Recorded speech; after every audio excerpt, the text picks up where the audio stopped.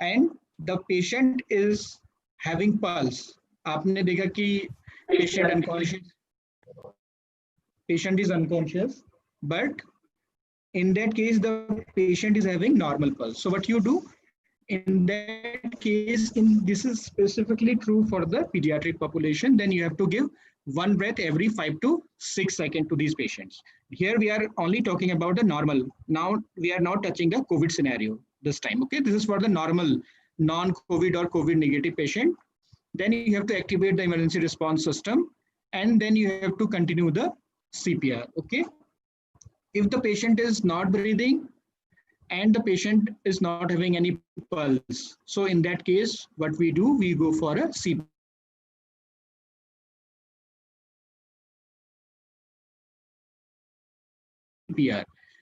और जो CPR का जो adult it is 30:2, universal is 30:2. जो एडल्ट्स में होता है वो 30:2 होता है यूनिवर्सल. यूनिवर्सल मीन्स चाहे एक रेस्क्यूअर हो या दो रेस्क्यूअर हो. एक रेस्क्यूअर मीन्स एक बचाने वाला हो या दो लोग उसको बचा रहे हो. बट पीडियाट्रिक एज ग्रुप में, जो पीडियाट्रिक एज ग्रुप है उसमें थोड़ा सा 30:2. 30 आप चेस्ट कंप्रेशंस देंगे और 2 आप उसको ब्रेथ देंगे अगर एक बचाव करता है. अगर 2 बचाव करता है, 2 पर्सन्स हैं, तो उस केस में यू विल गिव 15:2. सो ये इंपॉर्टेंट बात है कि पीडियाट्रिक एज ग्रुप में जब भी हम चेस्ट कंप्रेशन और वेंटिलेशन देते हैं और 2 रेस्क्यूअर्स हैं, तो उस केस में 15:2 का रेशियो होता है चेस्ट कंप्रेशन और वेंटिलेशन में. ये revise guidelines as per the 2010 guidelines की थी. लेकिन अगर सिंगल रेस्क्यूअर है, एक ही बचाने वाला है, उसी को चेस्ट कंप्रेशन भी देना है और उसी को वेंटिलेशन भी देना है, so the ratio becomes 30:2. Okay, then we continue CPR with 30:2 breath जब तक कि हमारे पास AED नहीं आता है. जैसे ही AED आता है हम AED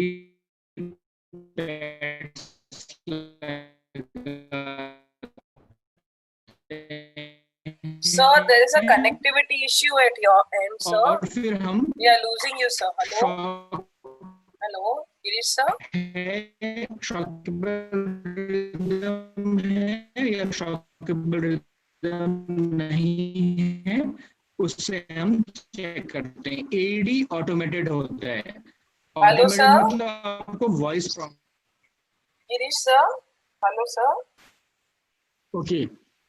Dr. Okay. Girish Hello. sir. Can you hear me? Yes, Dr. Vandana. Yeah, we totally lost your voice for almost a minute. Am I audible or not audible? Yeah, probably Hello. there is a connectivity issue, sir, at your end. May I request? Yeah, am I audible, sir? Dr. Vandana? Not audible. Sir, can I stop you for a second, sir? Can you just hear me out? Can you hear me? Yeah, I can hear you. Yeah, we can hear you now, but I'm trying to suggest one option. What I'm saying is, sir, you stop screen share from your end. We will do the PowerPoint share because we have a stronger connection. You do only the voice on the PPT. So we will change your PPT, sir. Yes. Because we are losing you for the internet connection. Yes.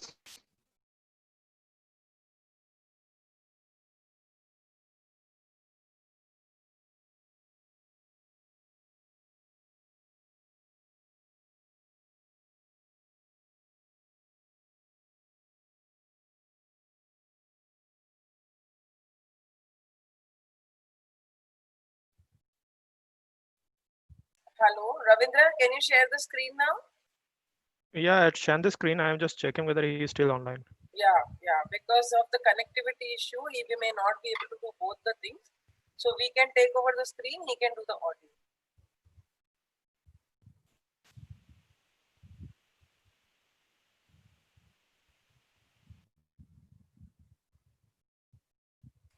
Or else we can give it to another speaker till the connectivity problem is resolved, and Dr. Bhavna can be free, if that is okay with everyone.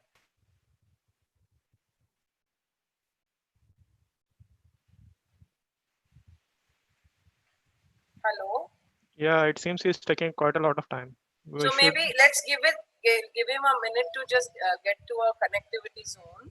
In the meantime, let Dr. Bhavna do the SAM management and we'll come back to this session. Sir, They have sir has requested that he will be doing session after half an hour. So yeah, that makes So, sense. Yes. so maybe we can go to next presenter. Yes, yes, we can Yes. do. So stop this, and Dr. Bhavna, are you online? Can you go ahead? Yes, I'm online. Can I start? Yes, ma'am. Yes, ma'am. You can. Okay. Just give me a minute.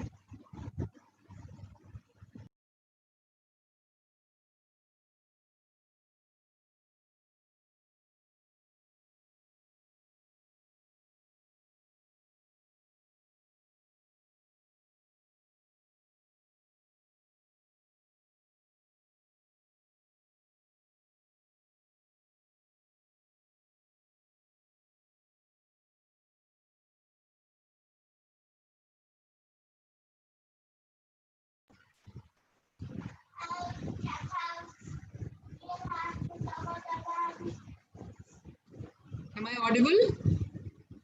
Yeah, ma'am. Yeah, so I'll start. Can you see the screen? Yeah, you have to make it a PowerPoint full screen mode.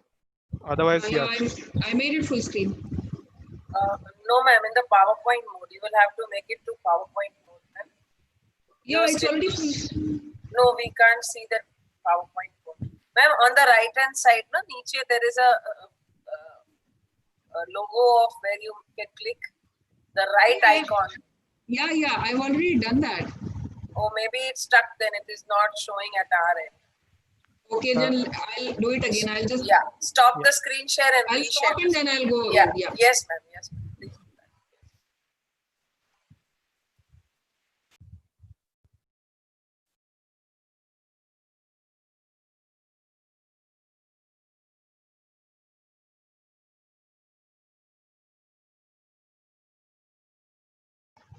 Now is it visible? You can try it now once again to share. Ma'am, if you are comfortable, we can share the screen. Nice. That's okay. I'm fine with that. Yeah, I'll just. I've done it again. Now is it visible? You have to enable editing and then click on the full screen option. Yes, dear, I did that.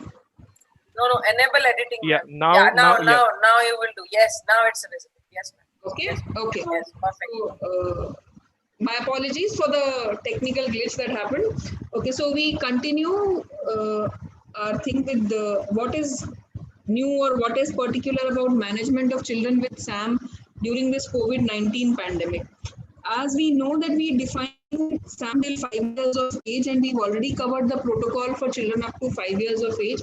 So why do we need to address this issue of children with SAM separately? So we'll see in the next few slides what are the few things that we need to keep in mind or we need to emphasize while we are dealing with children with SAM when in the context of COVID-19. In the terms of screening of children for their nutritional status or anthropometric status to define them as severely malnourished, before this pandemic happened, what we did, we are doing the same thing, but with a few extra precautions. So what we need to remember that before NRC admission, each child and mother or caretaker who's there with the child should be screened for influenza-like illness or the symptoms of fever, cough, and breathlessness. Now here, when we say fever, cough, and breathlessness, these are the classical symptoms of an influenza-like illness or a respiratory illness. We all know that children with SAM are more particular to hypothermia, so they may not manifest a response in terms of fever. So the classical symptom of fever may be missing in children with SAM. So the mother might say, if you ask bukhar aata hai, the mother might say nahi bukhar nahi aa raha hai, because the child is so malnourished that he is not able to mount a response in terms of the body giving rise to fever. So if fever is absent, but there are other symptoms present, that itself points towards presence of influenza-like symptoms of ILI. And even in the absence, if there is a history that there is lethargy, the child is refusing to feed, there are any new symptoms which have developed, they should be given due consideration. If they have any of these symptoms, they should be referred for COVID screening. Till the time you get a report, they should be managed in the isolation ward. So any child or caretaker who comes in is presumed to be taken as a COVID suspect and they should be managed in the isolated ward meant for keeping suspected COVID-19 cases.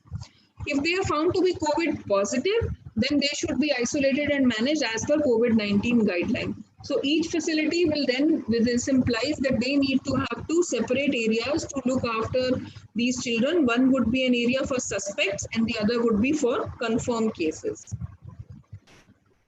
Okay, now when you get a child who's severely malnourished, what is the triage that we do in the context of COVID-19?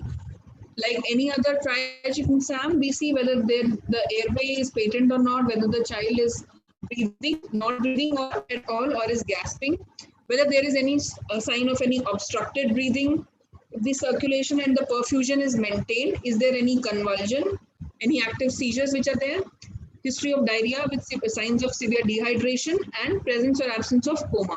So this could be A, B, C, and D. So you have to look for airway, breathing, circulation, convulsion, coma, and dehydration. What are the priority signs that you would like to assess immediately in a child who is presenting with SAM?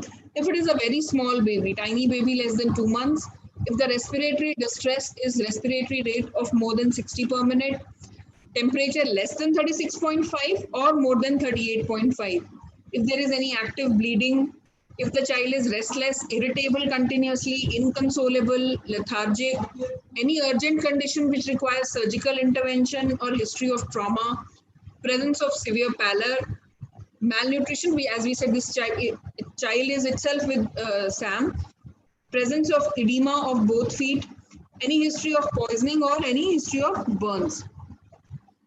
Now, in this context of the pandemic, what is different from regular situation? In our admission criteria, what we have done is children with SAM and medical complications without influenza-like symptoms may be admitted in NRC. So that means a child with SAM without medical complications to be managed in the community or at home, a child with medical complications without any symptoms of ILI to be managed at NRC, and a child with symptoms of an influenza-like illness to be managed in dedicated COVID areas, as we discussed, suspect or confirmed.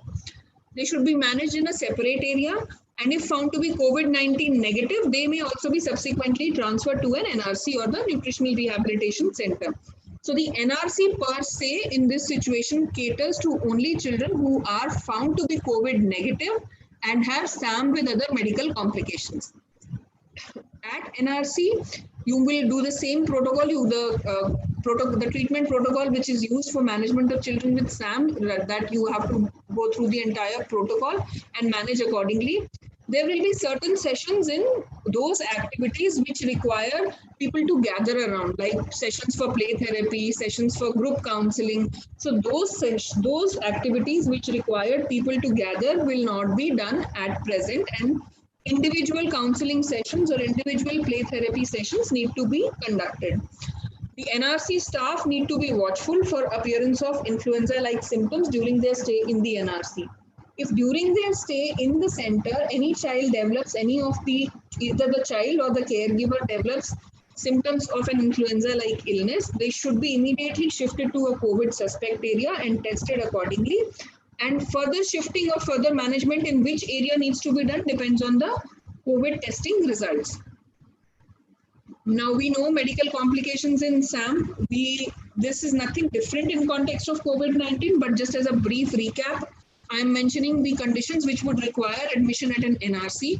If there is hypothermia, presence of bilateral pitting edema, persistent vomiting more than 10 per day, if the child is very weak and apathetic, high fever more than 102, fast breathing as defined by the age-relevant criteria, presence of chest indrawing or central cyanosis, weak and fast thready pulse, extensive skin lesions, eye lesions, if the child has a history of measles in the last 3 months, diarrhea with dehydration based on history and clinical signs. The history could be more than 5 watery stools per day, presence of severe anemia, any purpura or bleeding from anywhere else, enlargement or tenderness of liver, presence of jaundice and abdominal distension. So these are some of the medical complications which are commonly seen, but not an exhaustive list. There could be other complications as well, which might necessitate admission to an NRC in a child with SAM. Now, as I mentioned, changes in activities in context to COVID-19 during the stay in NRC. All the activities which require people to gather and can result in active transmission of COVID-19, like group counseling, group play therapy, demonstration of cooking recipes, entry of more than one caregiver to visit the admitted children, using same toys for playing by more than one child. These should not be done. Individual counseling, individual play therapy, and regular child monitoring is something that we need to reinforce and re-emphasize, which should be done in this present situation.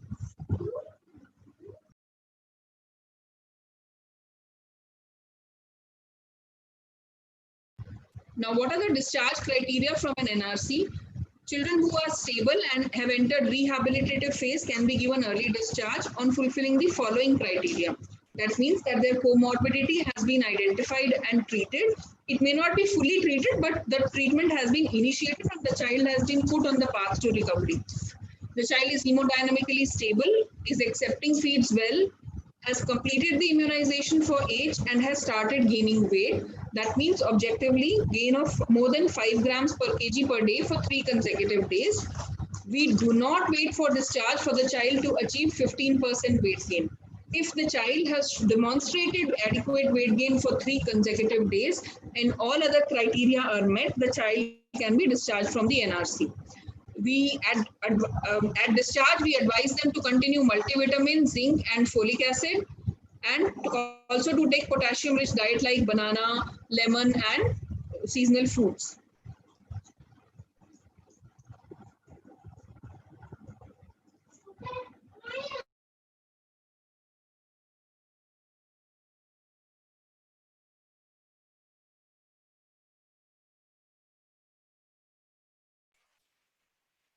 Ma'am, we lost you. Hello? Hello, ma'am? Hello, am I audible? Yeah, now you're audible. Yeah. So post-discharge, what are the guidelines? Every state has come out with different state guidelines. So you have to follow those state-specific guidelines for post-discharge follow-up. The details of the discharged child with SAM from NRC should be communicated to the Anganwadi worker or ASHA, establishing linkage and further follow-up.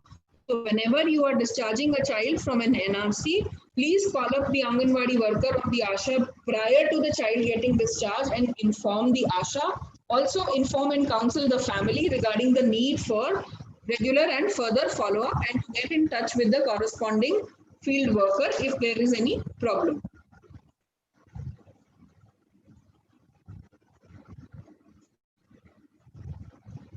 Hello. Yes, ma'am. I think this is getting stuck. The slide is not moving. Yeah, slide is not moving. Yes.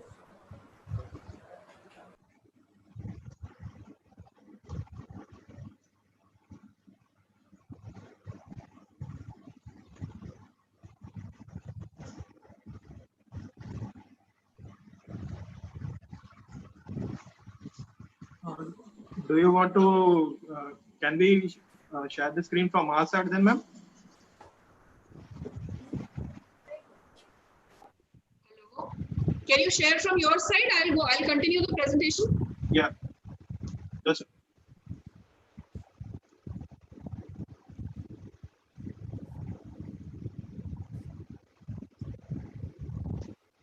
I think only few slides left, 4 or 5 slides that I need to go through. Yeah. Yeah. So, regarding, we were talking of follow-up of discharged children. So we said that we inform the Anganwadi worker or the ASHA and we advise the family also to be in regular touch with them. So the NRC staff, medical officer in charge or the Anganwadi or the medical officer or the feeding demonstrator or the ANM or the staff nurse, whosoever has the responsibility of looking after these kids, they should ensure a planned telephonic follow-up with the parents of discharged children to inquire about the general well-being of the child and regarding the feeding status of the child after the child gets discharged. If there are any symptoms which develop after discharge which could suggest the possibility of a medical complication, then the child should be called to the NRC for a physical follow-up. They should be followed up at the Anganwadi center every month for documentation of weight gain and a general health checkup and follow-up routine immunizations as indicated. In containment zones, if the Anganwadi centers are closed, then the child should be advised to visit the nearest sub-center for documentation of weight and weight record. In case of any health problem or any other complications which the parents notice, or if the field worker also notice, they should first consult the ANM or ASHA, and if needed, then the child should visit the health facility or the central the district hospital of the district. The list of SAM children which are discharged from the NRC should be shared with the Anganwadi center for prioritizing post-discharge home-based delivery of take-home ration. During the follow-up, all health staff, Anganwadi workers, ASHAs,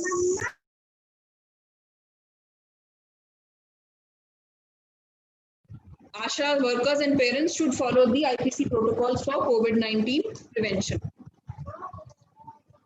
Which means ensuring social distancing, regular use of face masks, and proper hand hygiene. Now, we will go to the algorithm which we have developed for management of SAM during the COVID-19 pandemic. Can you just click on this? It will open the previous slide. It's a hyperlink. Can you open it? Just click on this. Yeah. I had shared the algorithm otherwise also.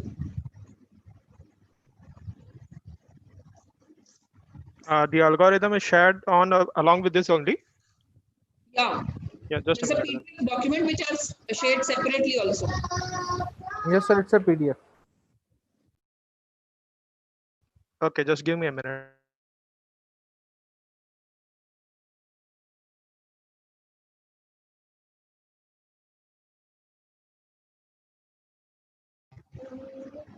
Should I try sharing from here, or do you want to?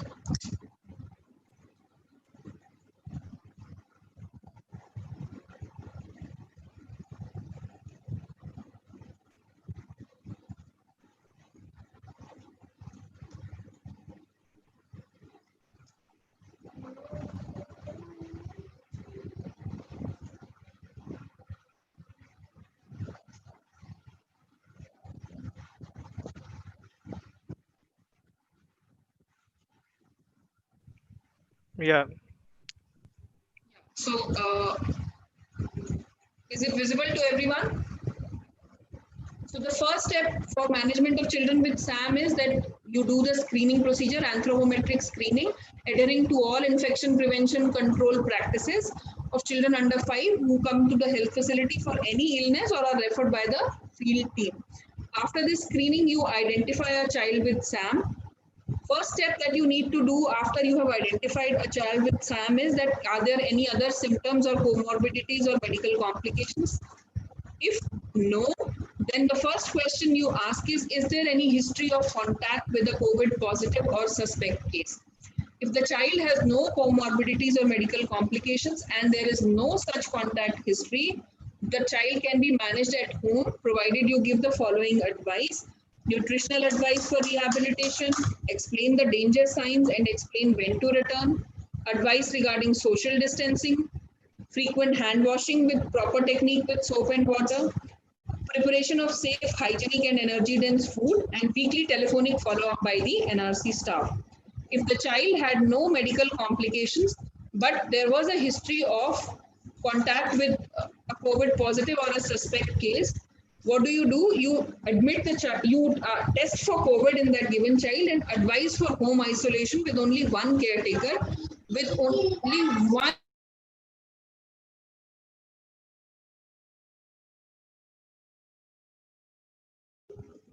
all COVID related precautions till the COVID results are available, and also provide all the advice which we had listed here in for any child who did not have contact with COVID suspect. If the COVID test result comes out to be negative, the child can continue to be at home following all these guidelines. But if the COVID test result comes positive in a child who did not have any other medical complication and was at home, this child still continues at home but remains isolated with all precautions and nutritional rehabilitation. Here the telephonic follow-up weekly by NRC staff, and in case there are any symptoms which develop, hello, can you please bring this up? Yeah, this will continue for a total of 28 days. If there are any new symptoms which develop, then again the child should be brought to the NRC and should get hospitalized in the COVID facility of that health facility.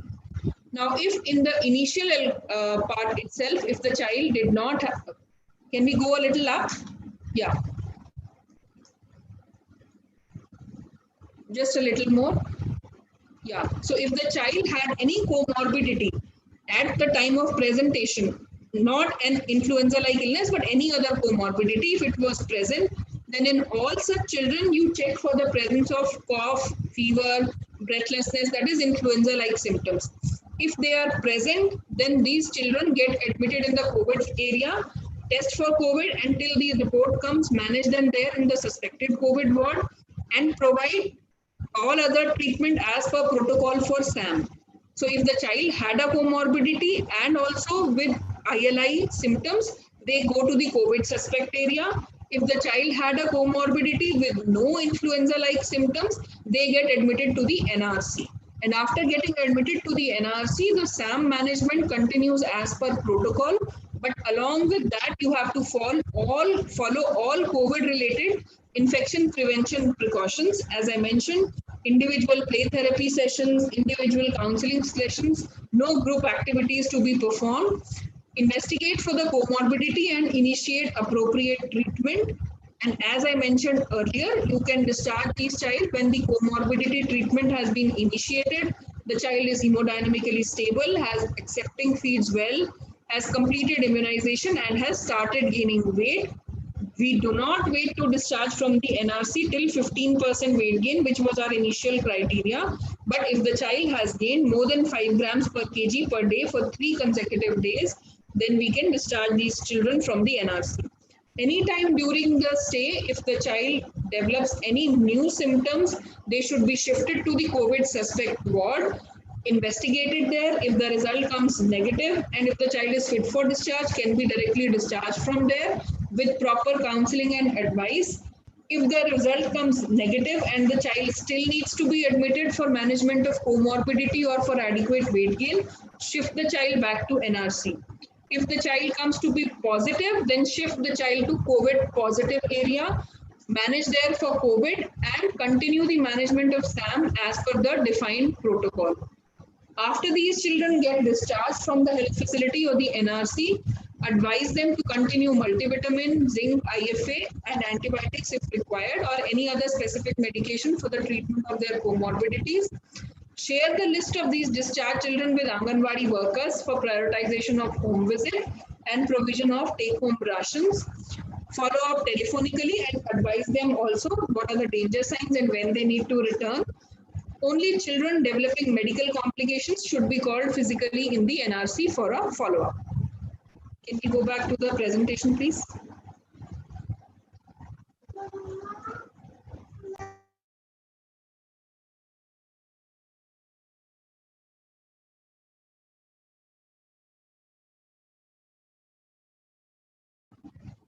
Can we please, yeah.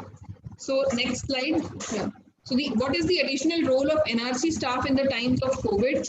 We need to sensitize the mothers and caregivers on essential nutrition practices during COVID-19. Ensuring adequate nutrition is all the more important for recovery from COVID-19, including sensitization about COVID-19 related precautions. Sensitize them on follow-up schedules, services available at the community like THR distribution, the contact details of the Anganwadi worker or the ASHA worker, ensuring availability of soap or sanitizer at the washing area, ensuring adequate provision of safe water, maintaining social distancing, ensuring cleanliness in the NRC, and also emphasizing that these precautions need to be continued at home as well post-discharge. Next, please. Next.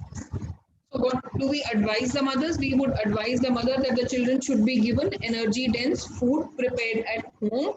If they were breastfeeding the children, breastfeeding should continue. In case it is a newborn baby or still an infant who's totally dependent on breastfeeds, then the mother can continue to breastfeed provided she takes adequate precautions. She wears a mask to keep the child at a safe distance, and she has to wash her hands prior to feeding the child, and frequent hand washing while handling the children. They also need to be advised and explained regarding the importance of continued breastfeeding, as continued breastfeeding would help to protect the newborns throughout their childhood. I think I've covered this. Use the mask when near a child. Follow instructions provided by the healthcare provider. The mother needs to take good care of her health, take proper nutritious diet, take her supplements and medications as advised regularly. Hand washing using soap and water for 40 seconds at least, following all the necessary steps. And only in the absence of soap and water, sanitizers should be used. Excessive and irrational use of sanitizers should be discouraged. They should also be explained that these sanitizers they are inflammable, and if they're going to cook or if they're going near fire, they should not use sanitizers on their hand, as that may pose a danger to their safety. Next, please.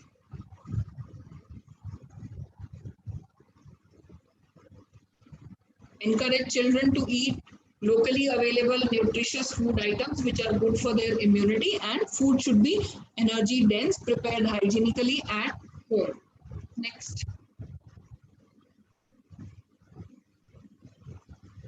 Encourage children and family members to eat seasonal and locally available food items rich in vitamin A, vitamin C, and zinc that protect us from illnesses including infections like influenza, COVID-19, and other diseases. These could be locally available banana, mango, papaya, guava, amla, imli, yellow colored vegetables, carrots, pumpkin. Sometimes what we do is that we overemphasize on certain food items like which may not be locally available. So we need to ensure that something what we are advising is locally available and is feasible for the parents and the caregivers as well.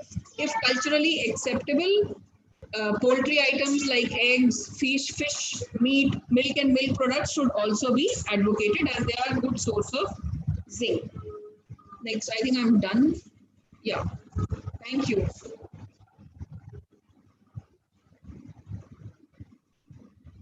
Hello. Thank you, ma'am. Thank you, ma'am. Thank you for a nice presentation. I think next presentation, I think, ma'am, Vanna, ma'am, it's Shikhar Jain, sir. Yes. Yes. Shikhar Jain, sir. I think. Yeah. Please, Shikhar Jain, sir. Are you online, sir? Yeah, he's sharing it.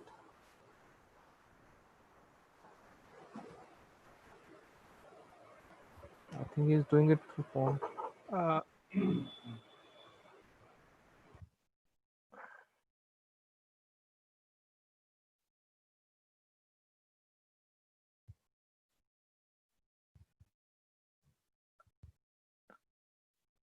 Jen sir, do you want us to share the screen?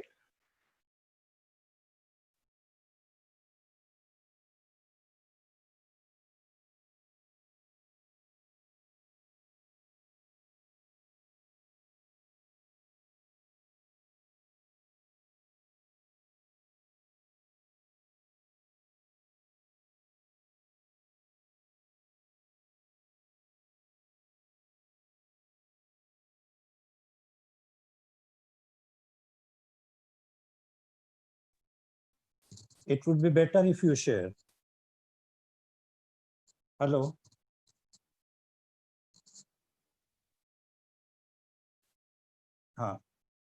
Can everybody hear? Yes, sir. You're audible. Yeah. Okay. मेरा जो topic है वो psychological और mental health aspects है बच्चे के लिए और पेरेंट्स के लिए भी साथ साथ, क्योंकि पेरेंट्स को ही समझना है बच्चे को और समझाना है। और बहुत इम्पोर्टेंट टॉपिक इसलिए है कि डिजीज अपनी जगह है, पर इसने इतने सारी चीजों को अफेक्ट किया है। Am I audible nicely? Yes, sir, you are audible. Okay okay excellent.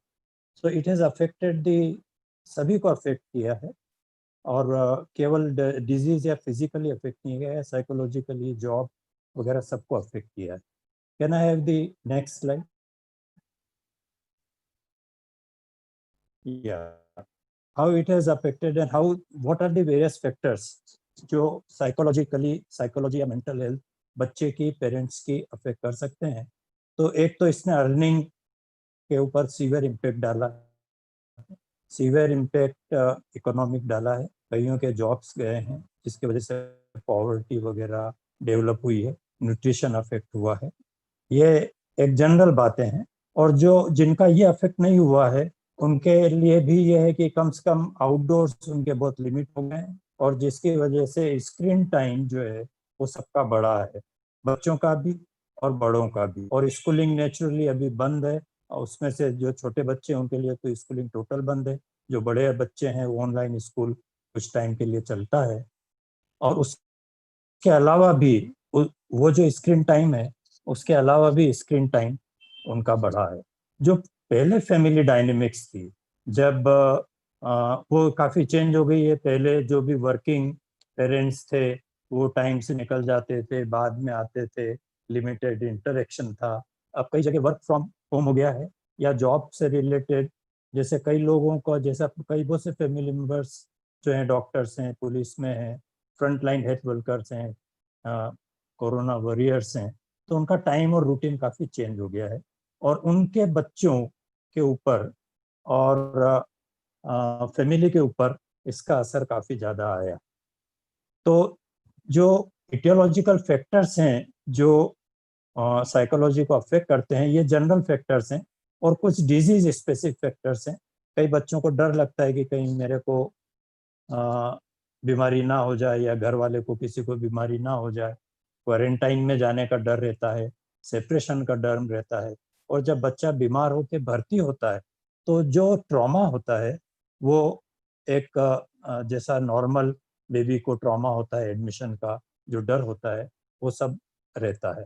तो मैं इसके ऊपर बहुत ज़्यादा तो नहीं जाऊंगा. डिजीज स्पेसिफिक जो फियर क्वारंटाइन वगैरह का है, या डिजीज स्पेसिफिक ट्रॉमा है, पर ये सारे इटियोलॉजिकल फैक्टर्स हैं जो बच्चों की साइकोलॉजी को और उनकी मेंटल हेल्थ को अफेक्ट कर रहे हैं. Next slide please.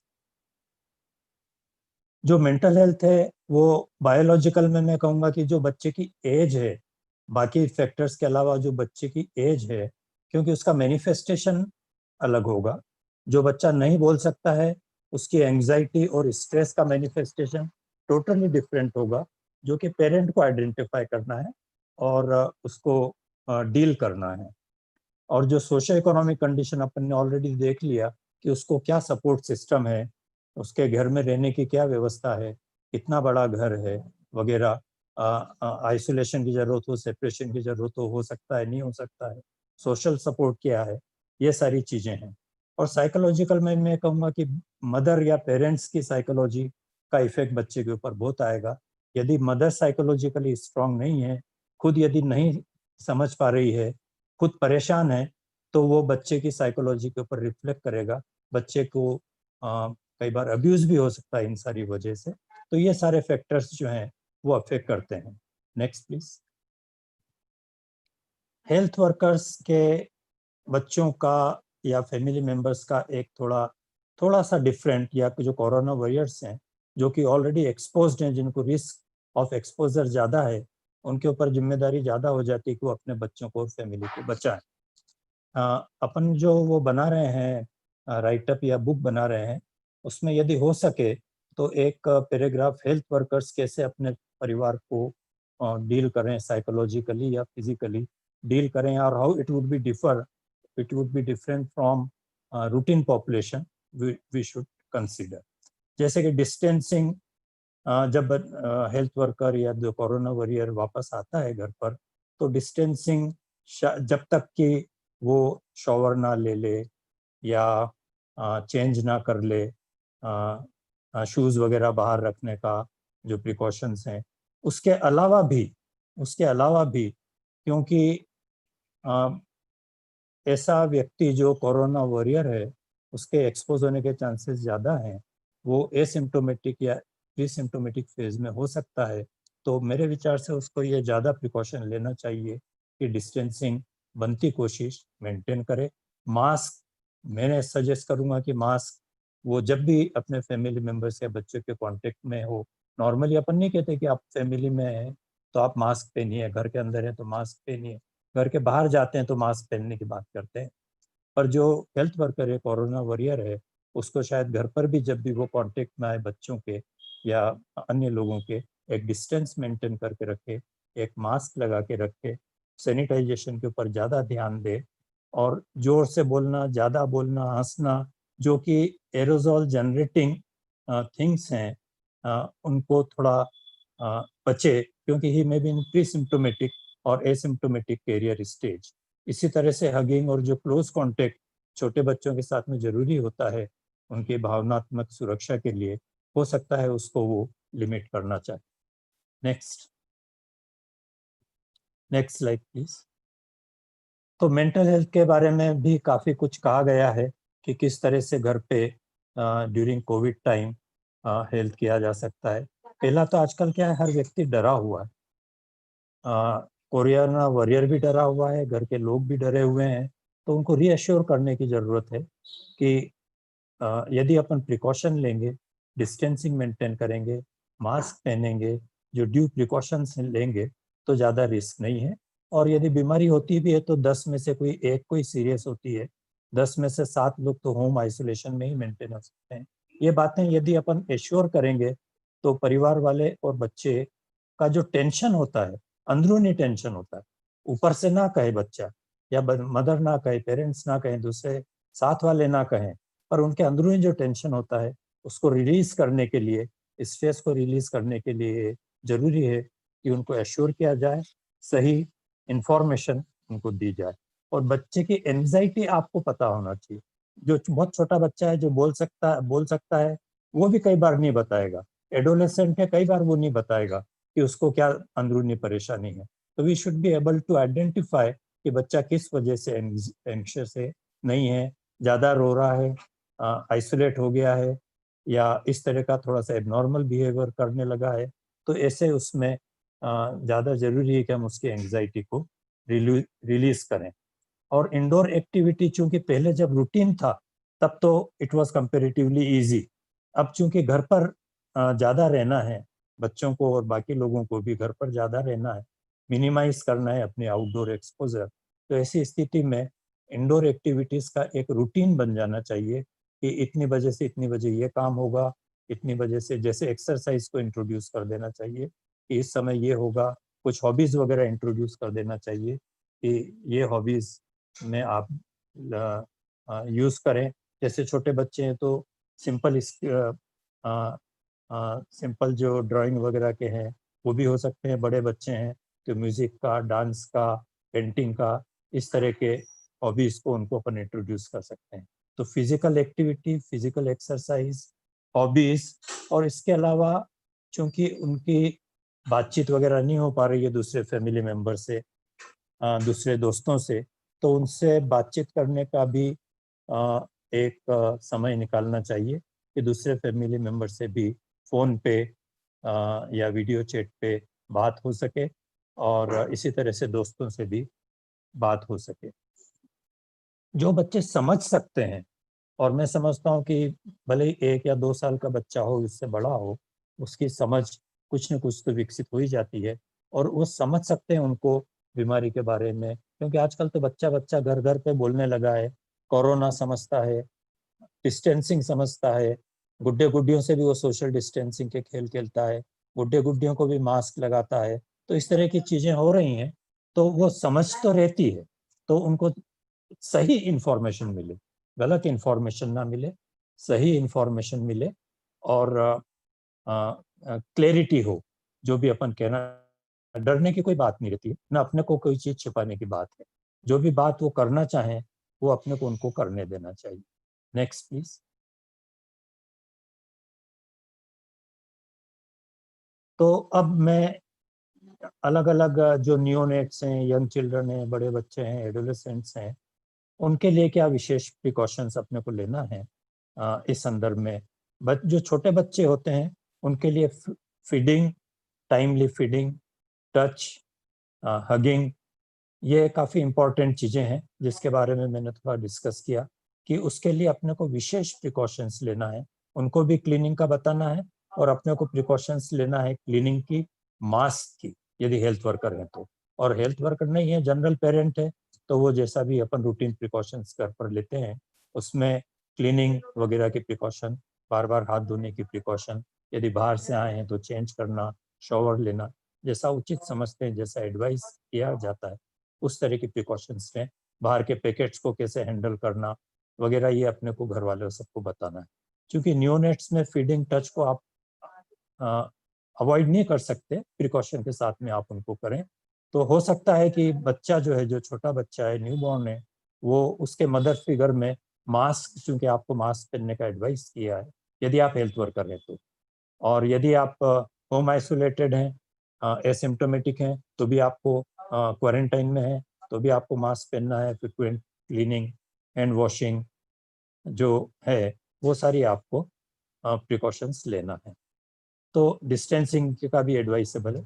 Young children में वही बात है, आइडेंटिफाई करें और उनके एंजाइटी और स्ट्रेस को पहचानें, उसको दूर करें, और एक यदि रूटीन बना रहेगा तो स्ट्रेस ऑटोमेटिकली दूर हो जाता है। एंजाइटी ऑटो, उसका गेम का टाइम है, इंडोर एक्टिविटी का टाइम है, गेम्स का टाइम है, फिजिकल एक्टिविटी का टाइम है। जो छोटे बच्चे उनके लिए स्टोरी टेलिंग, किताब पढ़ना, उनको पढ़ सकते हैं तो उनको पढ़ने के लिए बोलना, और वर्चुअल कॉन्टेक्ट फ्रेंड्स वगैरह का बताया है। फिजिकल एक्टिविटी घर पर भी की जा सकती है। आजकल गार्डन्स और ये जाना अलाउड नहीं है यंग चिल्ड्रन को, 5 साल के नीचे के बच्चों, 10 साल के नीचे के बच्चों को। पर मेरा ऐसा ख्याल है कि इन लोगों को ओपन स्पेसेस, मतलब ये गवर्नमेंट को सोचने की बात है, जब तक गाइडलाइंस नहीं आती तब तक नहीं कहा जा सकता। पर 5 साल के ऊपर के बच्चों को इवन फिजिकल एक्टिविटी के लिए आउटडोर या जहाँ पर भीड़ भाड़ ना हो, गार्डन हो, क्योंकि फिजिकल एक्टिविटी एक बहुत इंपॉर्टेंट पार्ट है जहाँ पर वो खेल सकते हैं, भाग दौड़ सकते हैं, जो कि घर के अंदर उतना, हर एक के घर के अंदर उतना संभव नहीं है। तो इनके ऊपर अपन ध्यान दे सकते हैं। Next please. यह स्लाइड कई ऑर्गेनाइजेशंस ने मिलकर बनाई है, जिसमें अलग अलग बताया गया है कि बेबी से कैसे क्या क्या किया जा सकता है, टीनेजर के साथ में कैसे बिहेव कर सकते हैं, यंग चिल्ड्रन के साथ कैसे बिहेव कर सकते हैं। यही बातें मैं आपको जो दूसरी स्लाइड्स हैं उसमें संक्षेप में मैं आपको बता रहा हूँ। Next please. School going children जो रहते हैं वो जनरली समझदार होते हैं, क्वेश्चंस भी पूछते हैं और अपने को उनको बताना भी चाहिए, और क्लियर करेक्ट इंफॉर्मेशन अपने को ना भी पूछे तो भी एक्सप्लेन करना चाहिए, क्योंकि कई बार बच्चे पूछते नहीं हैं, अंदर ही अंदर उनके मन में रहता है। उनके प्ले को आप देखिए, उनके प्ले से भी आपको पता लगेगा कि वो किस तरह की एंजाइटी उनके दिमाग में है। तो उनको कोविड हाइजीन के बारे में भी बताने का सही समय है। भले स्कूल गोइंग ना हो, 2 साल से भी बच्चा समझ सकता है कि उसको मास्क, जहाँ पर जरूरी है मास्क पहनना है बाहर जाते समय, या होम के अंदर बार बार हाथ धोना है, किन चीज़ों को अटैच करना है। पेरेंट बाहर से आए तो जब तक वो शॉवर ना ले ले या कपड़े चेंज ना कर ले, या जब तक नहीं कहें तब तक जाके चिपटना नहीं है, ये प्रिकॉशंस उनको बताना चाहिए। कोविड हाइजीन खुद भी लें, ये भी उनको बताना चाहिए। और उनके लिए भी, स्कूल गोइंग के लिए तो होम लर्निंग रूटीन वो बहुत जरूरी है। ऑनलाइन क्लासेस स्कूल की तरफ से भी चल रही हैं, और कई हॉबीज की भी ऑनलाइन क्लासेस चल रही हैं जिनके अंदर उनको इन्वॉल्व किया जा सकता है। एक तरह का रूटीन उसमें बनना बहुत जरूरी है, और उनको हाउस होल्ड कोरस में भी इन्वॉल्व किया जा सकता है।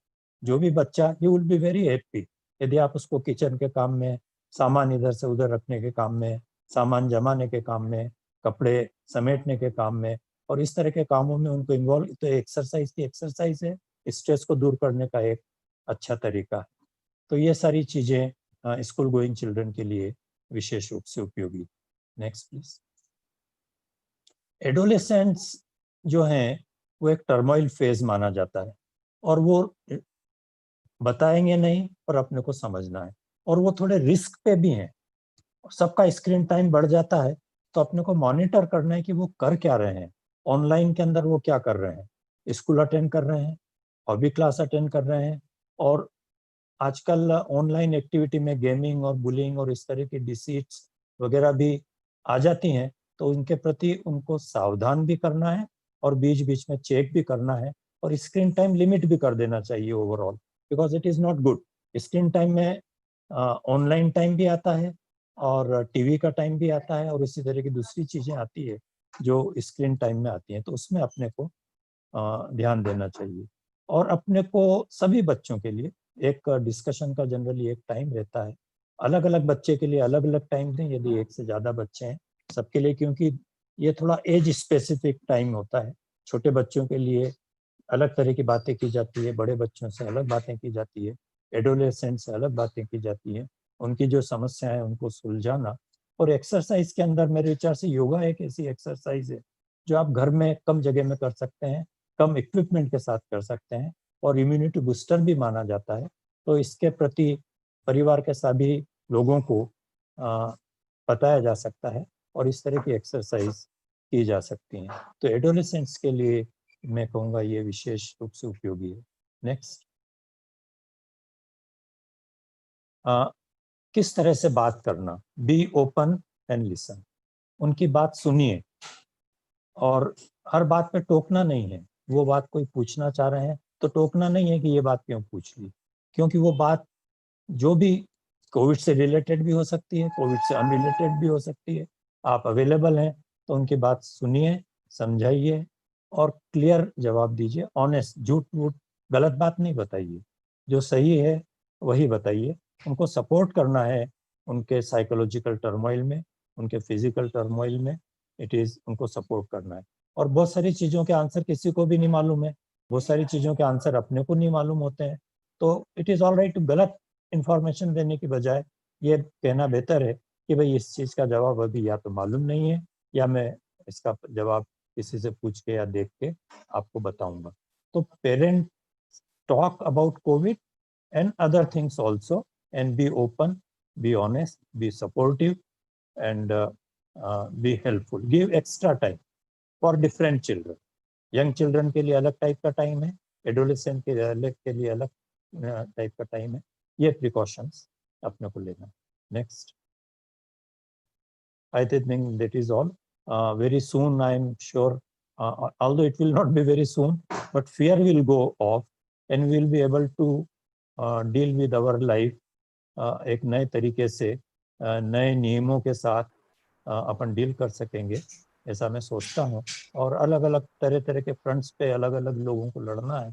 इकोनॉमिक फ्रंट पे अलग लोगों को लड़ना है, घर के फ्रंट पे अपन लोगों को काम करना है, कोविड के फ्रंट पे जो कोरोना वॉरियर्स हैं उनको काम करना है। तो हम सब लोग मिलकर लाइफ को वापस समृद्धिपूर्ण बना सकेंगे और किसी तरह की कमी बच्चों को, बड़ों को ना आए। नई हॉबीज, नए तरीके हम सीख पाएंगे और इसी के साथ में सभी को मैं शुभकामनाएं देना चाहूँगा। धन्यवाद। Thank you, sir. Over. Thank you for such a compassionate talk. May I request our next speaker, as Dr. Girish sir has not yet came online. So, Can I start, Bhupendra? yeah, may I request ma'am to kindly continue with the talk. Can you again, others, please mute the mic. Dear Dr. Jain, thank you so much, Dr. Shikhar Jain, for leading me to this topic. ये आपके presentation में बताया कि ये situation बहुत ही कठिन है और इस सिचुएशन के अंदर हमें नए तरीके से जो नया चीज सिखा रहा है ये सिचुएशन हमको सीखना है। और बिल्कुल परफेक्टली ये मेरे अगले सेशन में जा रहा है।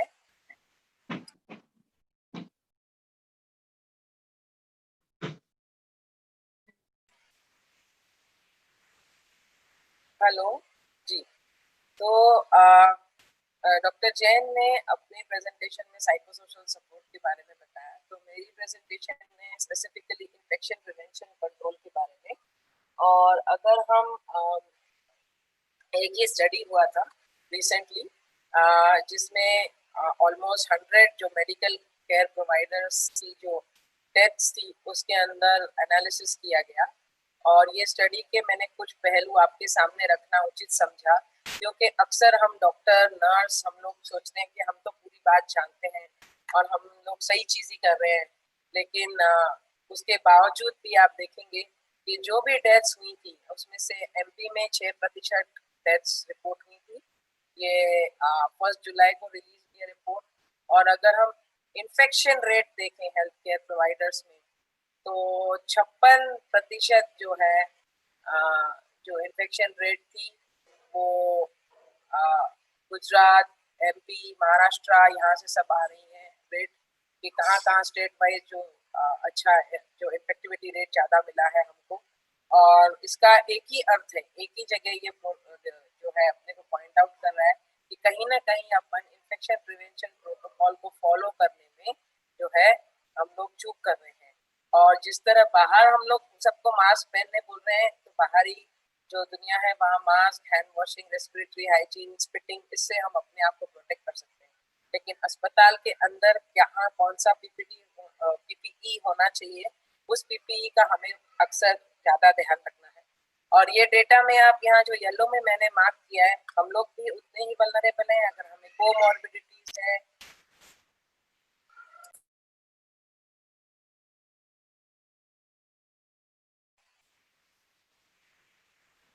जो जितने भी जो डेथ्स हुई हैं अपनी 55% से अधिक जो डेथ्स हैं बिलो 60 और 45 जो है अपने बिलो 60 ईयर्स में 55% डेथ्स थी, 50 बिलो में 29% थी और 40 बिलो में 21% थी। तो इसका ये ही अर्थ नहीं मानना है हमको कि यंग लोगों में डेथ्स नहीं होती, यंग लोगों में भी डेथ्स हो सकती हैं अगर हमने लापरवाही की हो, हमने प्रोटोकॉल फॉलो नहीं किया। और अक्सर यहाँ पे लेफ्ट कॉलम में देखेंगे तो जो गैप है, प्रोटोकॉल जानते सब है लेकिन फॉलो करने का गैप होता है। तो इतने सारे ट्रेनिंग्स अब तक हुए हैं पिछले 4 महीने में, हर ट्रेनिंग में इन्फेक्शन प्रिवेंशन का जो है महत्व समझाया गया है। तो अब हमें अपनी यूनिट्स में ऑडिट करवाना जरूरी हो गया है कि हम ऑडिट करना शुरू करें, ताकि जानते कितने हैं और फॉलो कितना करते हैं हर समय 24/7। ये एक चीज है। और इसको करने का आसान तरीका भी हो सकता है, अपने एसएनसीयू में, अपने पीआईसीयू में, अपने वार्ड में, पीडियाट्रिक वार्ड में, जहाँ भी आप लोग काम कर रहे हैं, एक दूसरे का बडी सिस्टम बना सकते हो। जिस दिन 2 लोग ड्यूटी पे हैं, एक दूसरे की टीम बना सकते हो, एक दूसरे को मोटिवेट करने के लिए कि सारे स्टेप्स आपने फॉलो किए। आप टीम्स में शर्त लगा सकते हो कि हम स्कोरिंग देंगे, हम स्कोरिंग देके जीतेंगे, कौन सी टीम ज्यादा जीतती है। तो ये छोटी छोटी मोटिवेटिंग चीजें हो सकती हैं जो हम कर सकते हैं। बहुत सारी ये ट्रेनिंग्स हुई हैं तो मैं इसमें नहीं जाऊंगी। हमने यूनिसेफ के माध्यम से, WHO के माध्यम से, जपाएगो के माध्यम से, चाई के माध्यम से हर पार्टनर ट्रेनिंग दे रहा है। आज भी हम लोग इसी ट्रेनिंग को दे रहे हैं, तो इसमें मैं नहीं जाऊंगी। मैं सीधा इन्फेक्शन प्रिवेंशन प्रोटोकॉल पे जाऊंगी। अगर हम देखें तो ट्रायजिंग की बात सबसे पहले होती है। और पिछले प्रेजेंटर्स ने, डॉक्टर ज्योत्सना मैम, पूर्वा मैम, भावना मैम, शिखर जैन सर, सब ने बताया, हेमंत जैन सर, सब ने ट्रायजिंग पे बहुत जोर दिया। तो हमें पहले तो अपने वार्ड में देखना है, जहाँ भी हम ड्यूटी कर रहे हैं, क्या वेटिंग एरिया से लेके अंदर आने तक हर एक जगह ट्रायज हुई है कि नहीं। तो क्या हमारी जो फैसिलिटी है वो कोविड रेडी है कि नहीं, है ना। उसमें हमारे पास वेटिंग एरिया में भी एक मीटर से ज्यादा डिस्टेंस रखने की जगह है कि नहीं, हैंड वॉशिंग के लिए सब स्टेशन अवेलेबल है कि नहीं, पेशेंट्स एज वेल एज जो केयर प्रोवाइडर्स हैं, जो हेल्थ केयर वर्कर्स हैं, सब मास्क पहन रहे हैं। तो इस तरह से आप अपनी ओपीडी प्लानिंग, आईपीडी प्लानिंग के ऊपर जोड़ दीजिए। हमने कुछ फोटोज भी आपके लिए निकाल के लाए हमारे असेसमेंट के दौरान। तो जो भी एक ट्रायल स्टेशन है वो कोई designated medical officer, nurse maintain करें। फ्लू ओपीडी अलग हो, एंट्री एग्जिट पॉइंट सेपरेट हो कोविड और नॉन कोविड वार्ड्स के। हमेशा पेशेंट्स के लिए भी ट्रिपल लेयर मास्क अवेलेबल हो, और डॉक्टर्स और नर्सेज और सफाई कर्मचारियों के लिए भी, वार्ड बॉयज के लिए भी, आया बाई के लिए भी बायोहैजार्ड बैग्स अलग से अवेलेबल हो, हैंड वॉशिंग के स्टेशंस ओपीडी पे अलग अलग जगह पे, वार्ड में और एंट्री पॉइंट्स पे हो, सैनिटाइजर्स लगे हो, जगह जगह पे सही आईसी लगी हो, आईपीडी के जगह पे भी हमारी वेंटिलेशन, नेचुरल लाइटिंग हो, जैसे अगर कोविड वार्ड है तो वहाँ पे नेगेटिव प्रेशर क्रिएट करने की फैसिलिटी हो, अगर एक्मो फैसिलिटी है, क्रिटिकल केयर है वहाँ पे, तो वहाँ पे जो है लिंकेजेस सेटअप हो। तो ये सारी चीज़ों की हमें बार बार ध्यान देने की आवश्यकता है। हाथ कब कब धोना ये बहुत ही ज़रूरी है। तो एक बार आपको मैं फिर से प्लान करवा दूं कि हाथ धोने की जो प्रतिक्रिया है हम भूल जाते हैं, कैसे धोना और कब कब धोना। तो मेरे सेशन में मैं ये मानती हूँ कि ये मौका है आप लोगों के साथ हाथ धोने का। तो आप जहाँ हैं वहीं सैनिटाइजर लेके प्रैक्टिस कीजिए। सैनिटाइजर यहाँ सोप और वाटर से, स्टेप्स मत भूलिए, है ना। सुमन कुमारी के स्टेप्स आप सब जानते हैं, सीधा और कम से कम 40 सेकंड तक करना है। तो सीधा उंगलियों के बीच, उंगलियों के बीच, उल्टा उंगलियों के बीच, उंगलियों के बीच, मुट्ठी, अंगूठा, नाखून, कलाई, पूरा करते हुए आप इसको ट्राई करेंगे। और ये करने के पहले एक स्टेप मैंने नहीं किया तो आप लोग पॉइंट कर सकते हैं। आपके गहने जो हैं आप उतार दें, चूड़ी कंगन सब उतार दें, स्पेशली एसएनसीयू के जो हमारे लोग हैं। और इसके बाद ही हम कोई भी मास्क या पीपीई पहनेंगे। तो ये हमें ज़रूरी है समझना कि ये हाथ कैसे धोना है। और पेशेंट्स को हाथ लगाने के पहले, उनके सराउंडिंग्स या कोई उनके ऊपर प्रोसीजर करने के बाद, या फिर उनके सराउंडिंग्स को टच करने के बाद, या उनके कोई फ्लूइड को एक्सपोज होने के बाद हमें तुरंत ही हाथ धोना है।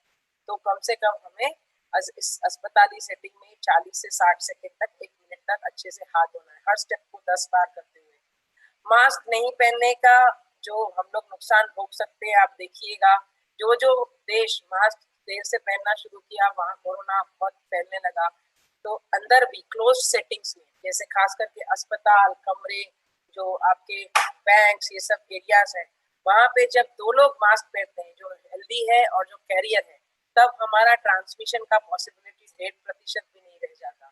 अगर दोनों में से एक नहीं पहनता, खास करके जो कैरियर ने मास्क नहीं पहना है तो 70%, अगर कैरियर ने पहना है और हेल्दी कॉन्टैक्ट ने नहीं पहना है तो 5%। तो ये आप लोग देख सकते हैं कि प्रोबेबिलिटी। और इसके साथ आपको दूसरी भी एक्टिविटीज करनी है, जैसे हैंड वॉशिंग, थूकना फेंकना, और कम से कम 2 मीटर की दूरी। तो ये सब चीज करेंगे, प्रोबेबिलिटी ऑफ ट्रांसमिशन एक से दूसरे में 1.5% से भी कम हो जाएगी। ये आपका डॉनिंग और डॉफिंग सीक्वेंस है, और डॉनिंग और डॉफिंग पे एम्स के बहुत अच्छे वीडियोस भी अवेलेबल है। तो मैं बार बार आप लोगों से अनुरोध करूंगी कि इसको ध्यान से देखिए। जब आप डॉनिंग करते हैं तो आप हैंड वॉशिंग करते हैं, फिर आप कैप पहनते हैं, फिर आप शू कवर पहनते हैं, फिर से हैंड वॉश करते हैं, फिर इनर ग्लव्स पहनते हैं, फिर गाउन पहनते हैं, फिर आप फिर से एक बार हैंड वॉश करते हैं, तब मास्क लगाते हैं। फिर उसके बाद में जब खास करके ग्लव पहना होता है तब आपको सैनिटाइज करना है, वॉश नहीं करना है। फिर उसके बाद आप गॉगल्स पहनते हैं, फिर हुड पहनते हैं, फिर बाहर के ग्लव्स पहनते हैं। और ये सब करते वक्त अपने पेन, वॉच, गैजेट्स, ज्वेलरी सब, इयररिंग सब आप उतार देते हैं। इसीलिए कितना कम आप यूज कर सकें ये सब चीज उतना अच्छा। जब आप उतारते हैं, डॉफिंग करते हैं, तो पहले आप बाहर के ग्लव्स उतारते हैं, फिर आप हुड उतारते हैं, फिर आप गाउन उतारते हैं, फिर से आप हैंड रब करते हैं, फिर आप मुंह की किसी चीज जैसे गॉगल्स या मास्क को हाथ लगाते हैं, और फिर आप टोपी पहनते हैं, इनर ग्लोव पहनते हैं, और हैंड वॉश फिर से करते हैं। तो सॉरी, टोपी उतारते हैं, इनर ग्लोव उतारते हैं, और फिर आप हैंड वॉश करते हैं। लेकिन मास्क पहनने का सही तरीका भी हम लोग कई बार नहीं सीखते, भूल जाते हैं। अगर हम N95 टाइप ऑफ मास्क पहन रहे हैं तो इस तरह का एक मार्क होता है उस पे, ये मार्क आपके नाक पे आना होता है। तो मास्क को छूने के पहले हमेशा आपको अपना जो हाथ धो लेना चाहिए या सैनिटाइज कर लेना चाहिए। और ये 2 सिरे होते हैं आपके जो एंड, वो इधर से आपने पकड़ लिया, मास्क को आपने उसका ऊपर का नोज पॉइंट नोज पे सील कर दिया, और उसके बाद सेकंड जो आपका ये है छोर, उसको पकड़ के आपने आपके सर के ऊपर लगा दिया। मैं माइक के साथ कर रही हूँ कोशिश, तो हो सकता है समय लग रहा हो मुझे। ये एक बार देख लिया हमने, पूरा सील कर लिया अपने आप को चारों तरफ से, और देख लिया, ब्लो करके देख लिया कि कोई किधर भी से हवा नहीं निकल रही है, अपना नाक मुंह पूरा सील है। और ये पहनने के बाद बार बार छूना जरूरी नहीं है, आपको बार बार आपको हैंड वॉश अच्छे से करना है। उतारने के पहले भी आपको हैंड वॉश करके ही उतारना है। ऊपर का लेयर और नीचे का लेयर उतार के फिर आपको इसको डिस्पोज करना है। मास्क अगर गीला हो जाए तो आपको उसको चेंज करना है। 7 से 8 घंटे में इसको चेंज कर सकते हैं। अगर ज्यादा जल्दी गीला हो रहा है तो जल्दी चेंज करना है। डिस्पोज करने के पहले आप इसको सोडियम हाइपोक्लोराइड सॉल्यूशन में डालेंगे तो आगे के ट्रेनिंग में आपको ये पता चलेगा। अच्छा, हमारे साथ साथ हम जब घर जाते हैं तो हमारे फैमिली मेंबर्स भी हैं, तो हमें अपने साथ साथ उनका ख्याल रखने के लिए एग्जिट भी अच्छे से प्लान करना है। डॉफिंग के बाद में हमें इंश्योर करना है कि सारे सर्फेसेस जितने भी हमारे पास हैं, बैग्स हैं, ये सब है, उसको हमें सैनिटाइज करना है। फोन, शूज, बैग्स को शावर और चेंज करके एग्जिट करना है। और घर में जब हम घुस रहे हैं तो बाहर एक अलग बकेट रखें जिसमें ऊपरी कपड़े हम वहां उतार के डिस्कार्ड कर दें। एप्रन, शूज, कवर, सॉक्स हमें डिस्कार्ड कर दें। और जब घर जाए तो हम कोशिश करें कि हम बच्चों और बड़ों के, बुजुर्गों के कमरे से दूर रहें, अपना कमरा अलग बना के रखें, उनके साथ अपने बर्तन और जो चद्दर, तौलिया ये सब ना बांटें, और अलग अलग वॉशरूम यूज करें अगर हमारे घर में ये सुविधा अवेलेबल है तो। अपने रूम को पूरा वेंटिलेटेड रखें, सनलाइट और वेंटिलेशन आना चाहिए। खांसी सर्दी हो तो हम इस तरह से खांसे, ऐसे ना खांसें। और कम से कम 1 से 2 मीटर उन लोगों से दूरी बनाएं, अपने घर वालों से भी या हमसे भी वो बनाएं अगर हमें सर्दी खांसी के या फ्लू जैसे सिम्टम्स हैं। और अगर सिम्टम्स हैं तो टेस्ट करवाएं और जल्द से जल्द रिपोर्ट करें। तो ये सारी चीजें हमें अपने को स्टेप्स बाय स्टेप्स करनी है। अपने चश्मे, फोन ये सब जो है हमारे बहुत ही डिफिकल्ट चीज होते हैं। अलग अलग टाइप के सैनिटाइजर्स मार्केट में हैं। आप छोटे से कॉटन में सैनिटाइजर डिप करके भी इसको आप साफ कर सकते हैं, नॉर्मल सैनिटाइजर, या इस तरह के स्प्रे टाइप के सैनिटाइजर है जिससे आप अपनी बैग्स, शूज ये और फोन्स और ये सारी चीजें सैनिटाइज कर सकते हैं। कहाँ पीपी कौन सा पहनना, ये अधिक महत्वपूर्ण स्लाइड है, इसे ना मिस करें। अगर किसी ओपीडी के एरिया में है, ट्रायज के एरिया में है, तो वहां पे मॉडरेट रिस्क है, तो वहाँ N95 मास्क, ग्लव्स पहनना है और पेशेंट ने भी मास्क पहनना है। अगर हम स्क्रीनिंग एरिया या रजिस्ट्रेशन काउंटर पे हैं जहाँ पे हम नाम लिखवाते हैं, तो वहाँ पेशेंट्स की भी जानकारी बढ़ाने के लिए वहाँ उनको भी मास्क देना है और खुद भी अपन ने मास्क पहनना है। अगर हम वहाँ पे N95 और ग्लव्स पहनने की आवश्यकता है। टेम्परेचर रिकॉर्डिंग अगर स्टेशन पे है जहाँ पे हम वो गन से थर्मोस्कैनिंग से टेम्परेचर ले रहे हैं पेशेंट्स का, तो वहाँ पे भी हमें as a health care provider N95 और ग्लव्स ही पहनना है। अगर पेशेंट का जो होल्डिंग एरिया है वहाँ पे हम लोग ड्यूटी करते हैं तो N95 और ग्लव्स और कम से कम 1 मीटर का दूरी बना के रखें पेशेंट से। डॉक्टर के चेम्बर में जहाँ मॉडरेट रिस्क होता है वहाँ पे भी N95 और मास्क, और वहाँ कोई एरोसोल यानी जिससे स्प्लैश होता है, इस तरह को जनरेट करने वाला प्रोसीजर नहीं होना चाहिए। इनपेशेंट के अंदर मेरी बिटिया की आवाज आपको पीछे से सुनाई दे रही होगी, उनकी ऑनलाइन क्लास खत्म हो चुकी है तो उसके लिए माफी चाहूंगी। इंडिविजुअल जो आइसोलेशन का कमरा है उसके अंदर आपको N95 और ग्लव्स, और फिर पेशेंट भी मास्क में रहे, और अगर स्टेबल है उसके ऊपर भी कोई एरोसोल अगर जनरेटिंग एक्टिविटी नहीं हो रही है तो ये वाला पीपीई काफी है। आईसीयू क्रिटिकल केयर में जहाँ एरोसोल की एक्टिविटी नहीं हो रही है वहाँ फुल पीपीई आपको पहनना है, जो अभी हमने थोड़ी देर पहले पिक्चर में दिखाया। जो भी डेड बॉडी या इसको हैंडल कर रहे हैं उसको भी फुल पीपीई पहनना जरूरी है, जो पिछली पिक्चर में दिखाया। और आईसीयू में जहाँ डेड बॉडी ट्रांसपोर्ट मॉर्चरी है वहाँ पे भी ट्रिपल लेयर मेडिकल मास्क और ग्लव्स पहनना है।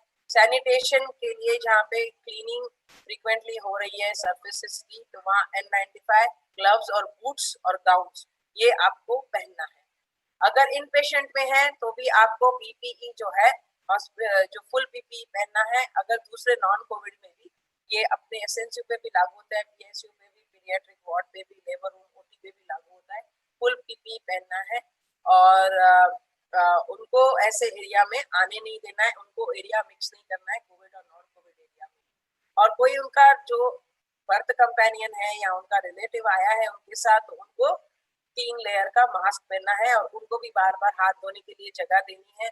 उनकी तैयारी करनी है कि वो 1 मीटर की डिस्टेंस पे रहे, हाथ धोते रहे। एम्बुलेंस ट्रांसफर करते वक्त केस को उनके जो एम्बुलेंस वर्कर्स हैं वो भी फुल N95 और ग्लव्स पहनेंगे। और अगर कोई सर्दी खांसी का पेशेंट है, पूरा उसके साथ जा रहा है सारी के सिम्टम्स वाला, तो फुल PPE पहनेंगे। और जो ड्राइवर है, जो एम्बुलेंस ड्राइव कर रहे हैं, तो ट्रिपल लेयर मेडिकल मास्क और ग्लव्स पहनेंगे।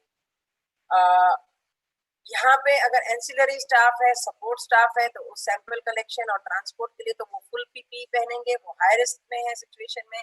अगर लॉन्ड्री स्टाफ है तो मॉडरेट रिस्क में है, वो N95 मास्क पहनेंगे। अगर एडमिनिस्ट्रेटिव, फाइनेंस, इंजीनियरिंग स्टाफ है तो उनको PPE की जरूरत नहीं है, प्लेन मास्क काफी है और hand hygiene, respiratory hygiene follow करना काफी है। क्लीनिंग स्टाफ मॉडरेट रिस्क में है तो N95 मास्क और ग्लव्स पहनना बहुत ही जरूरी है। क्वारंटाइन फैसिलिटी में भी 3 लेयर मास्क पेशेंट को भी देना है और अपने को जो हेल्थ केयर स्टाफ है वो भी 3 लेयर का मास्क और ग्लव्स पहने।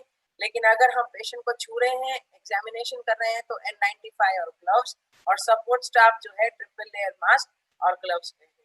हेल्थ वर्कर्स जो बाहर जाते हैं, जैसे घर वेट करने के लिए जाते हैं या मंगल दिवस में सारी जो तैयारी कर रहे हैं, आशा, आंगनबाड़ी जैसे वर्कर्स, तो उनको डिस्टेंस मेंटेन करके सारी एक्टिविटी करनी है और एंट्री एग्जिट पॉइंट एक्टिविटी का अलग बनाना है, ट्रिपल लेयर मास्क और ग्लव्स पहनने हैं।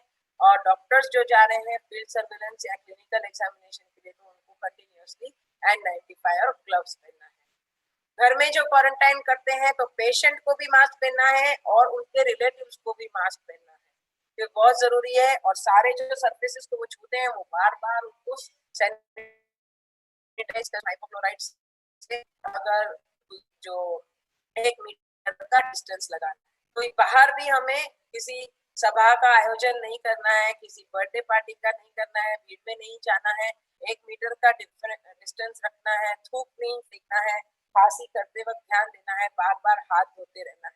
और ये इसके अलावा अपनी बायोवेस्ट मेडिकल मैनेजमेंट जो है इसका खूब खास ख्याल रखना है। ऑलरेडी हम लोग 4 कलर कोडेड बैग्स की बात जानते हैं, लेकिन इसमें जो कोविड रिलेटेड वेस्ट होगा वो येलो कलर बिन में जाएगा, डबल लेयर बैग्स में, और लिड जो होगा फुल्ली फुट ऑपरेटेड होगा। और उसकी अवेलेबिलिटी सब जगह हो गई है, जहाँ उपलब्ध नहीं है आप अपने क्वालिटी एडमिनिस्ट्रेटर को बोल के इसकी उपलब्धि करा सकते हैं। जो सोडियम हाइपोक्लोराइड है उससे आपको ट्रॉली और बिन को डिसइंफेक्ट करना होगा। और आप देख सकते हैं कुछ फोटो भी हमने लगाए हैं CSST के और ये फुट ऑपरेटेड बिन्स के। टेम्पररी स्टोरेज एरिया क्रिएट करें, 24 आवर्स टू 48 आवर्स के अंदर आपको ये वेस्ट जो है निकाल देना है। प्रायोरिटी पे निकालना है, दूसरे वेस्ट से इसको मिक्स नहीं करना है। और क्लीनिंग स्टाफ हमेशा में रहे। और कॉमन ट्रीटमेंट फैसिलिटी जो है उसको कोविड वेस्ट फर्स्ट जो है हमें प्रोसेस करना है। और हर बायो वेस्ट का अच्छा डॉक्यूमेंटेशन मेंटेन करना है। देखिए लेबल्स भी यहाँ पे हमने फोटो लगाया है, ये लेबल को यूज करते हुए। वार्ड्स में जितनी भी इक्विपमेंट है, चाहे आपका स्टेथो है, EP अपैरेटस है, कफ है, तो एक कॉटन का स्वाब में सैनिटाइजर से डिप करके उसको आप साफ कर सकते हैं अच्छी तरह से। और जो फ्लोर्स है उसकी वेट मॉपिंग करना होता है हमेशा 1% सोडियम हाइपोक्लोराइड से। और साफ जगह से गंदी जगह की तरफ कचरा लाएंगे, ना कि उल्टी की तरफ, तो वो नहीं करना है। और ग्रूमिंग नहीं करना है, सूखा झाड़ू नहीं लगाना है, वेट मॉपिंग ही करना है हमेशा। और हमेशा जो लॉन्ड्री के सरफेसेस है उसको भी डिसइंफेक्ट करना है। CSST का होना बहुत ही अनिवार्य है। ऐसे में जिन अस्पतालों में नहीं है उसका प्लान बना सकते हैं और उसको सबमिट कर सकते हैं। CST मशीन में 60 से 90 डिग्री के टेम्परेचर में कपड़े धोकर जो है लिनेन धोकर अस्पताल का उसको अच्छे सनलाइट में ड्राई करना है।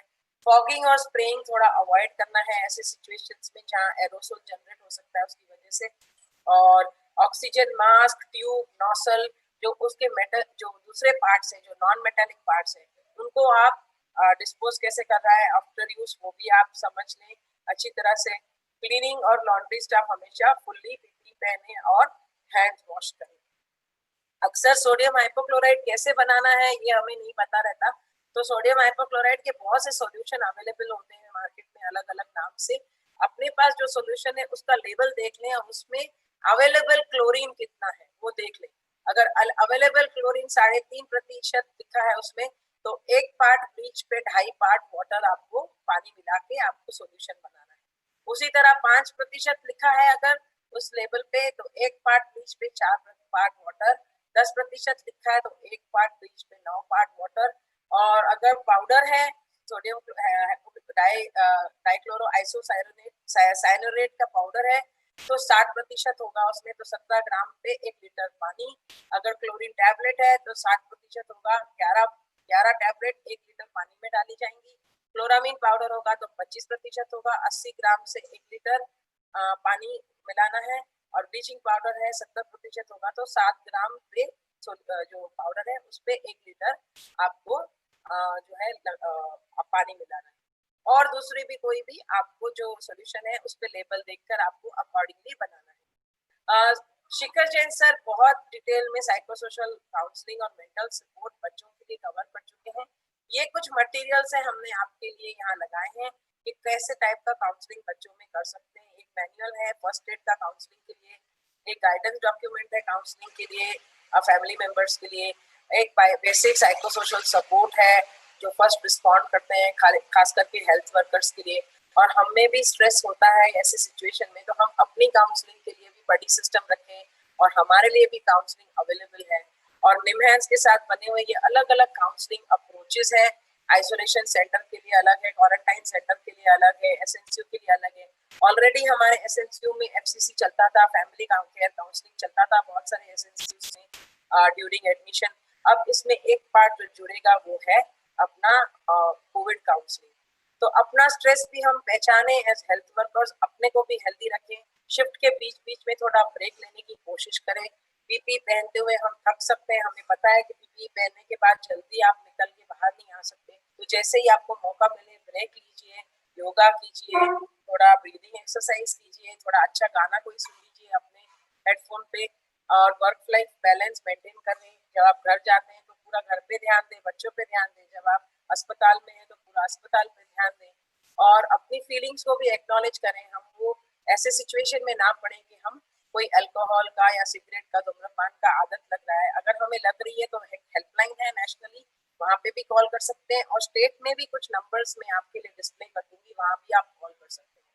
टीम लीडर्स और मैनेजर्स जो हैं हमें सपोर्ट कर सकते हैं, हमारे कलीग्स हमें सपोर्ट कर सकते हैं।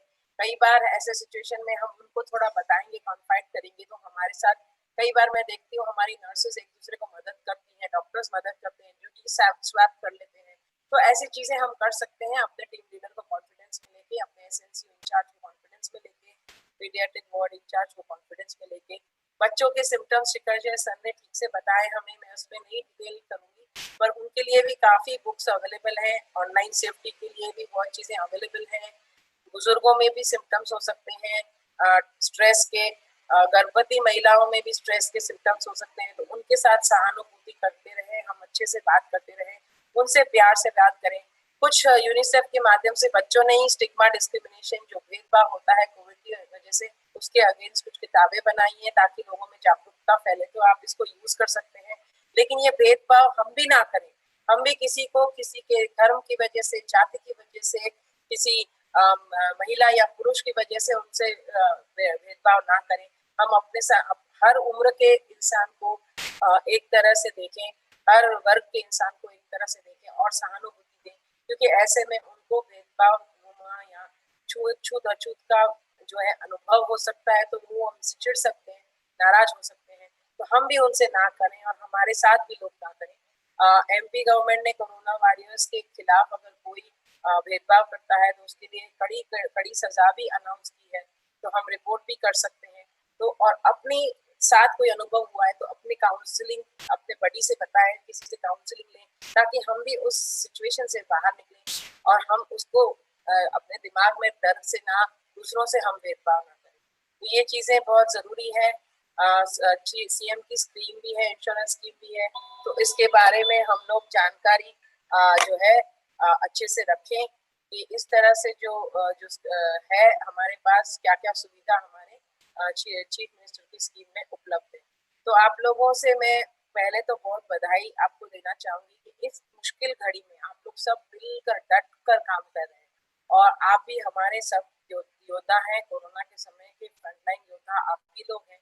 तो आप लोग सुरक्षित रहें, सेफ रहें, यही हमारा उद्देश्य है। अगर कोई आपको तकलीफ है, कुछ आपको रिपोर्ट करना है, तो उसके प्रॉपर चैनल्स हैं और कोई चीजें मिल बांट में हम सुलझा सकते हैं, कुछ स्टेट की मदद से, कुछ अपने जिले के CMHO, सिविल सर्जन और SNCO इंचार्ज और वार्ड इंचार्ज की मदद से, क्वालिटी एडमिनिस्ट्रेटर्स की मदद से।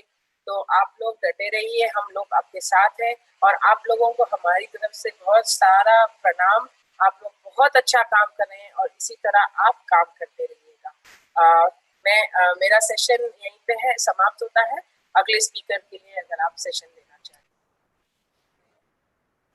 Thank you, ma'am. Thank you so much for the beautiful talk. May I request Girish sir? Sir, are you online? Yeah, Dr. Bhupen, I am online. Yeah. Sir.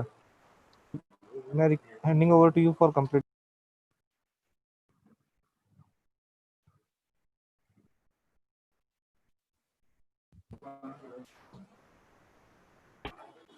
This is the last presentation of the day. So good afternoon all. After an exhaustive session, I'll just cover the CPR guidelines in the era of COVID. So sorry for the earlier problems with the internet connection in my hospital area. So this time I have to present from my home this topic. So I'll just share the screen. The screen is visible? Yes, sir, it is visible. Kindly, okay. Can you make it to full screen, sir? Yeah, sure. While sir is just setting the screen, just a second, just reminder, post test का link हमने भेज दिया है, तो बिना post test किए आप जाइएगा नहीं, ताकि हमें पता चले कि हमें सत्र में क्या अच्छा करना है अगली बार। Okay, so सबसे पहले हम पढ़ेंगे just briefly कि जो basic life support में हम लोग करते हैं। बेसिक लाइफ सपोर्ट में सबसे पहले जो नया एलॉग्रिथम है 2015 में रिवाइज हुआ था 2015 में, जो मेजर चेंजेस हुए थे वो होते 2010 में। उससे पहले हम पढ़ते थे कि जो एलॉग्रिथम है दैट इज ABC, बट 2010 में चेंज हुआ कि एलॉग्रिथम जो है, आप जब भी किसी पेशेंट को, आप किसी विक्टिम को देखते हैं तो एलॉग्रिथम सबसे पहले एयरवे नहीं देखेंगे, आप चेस्ट कंप्रेशंस देखेंगे, तो you will go for the chest compression. So it has changed to CAB. So from 2010 onwards, we are studying CAB algorithm for the basic life support. तो 2015 में भी कुछ चेंजेस हुए थे, उसके बाद जो CAB सीक्वेंस आया था हमारा। यहाँ पे ये इंपॉर्टेंट है कि अक्सर ये क्वेश्चन पूछते हैं कि सर ये पहले तो ABCD था, अभी CAB है, तो ऐसा क्यों है? तो उसमें ये प्रॉब्लम है कि अगर CAB वाला सीक्वेंस में ऐसा देखा गया कि जो भी पेशेंट्स हैं उनमें उनका जो आउटपुट होता है, उनका जो आउटकम होता है, that is quite good with the if we go for chest compression only.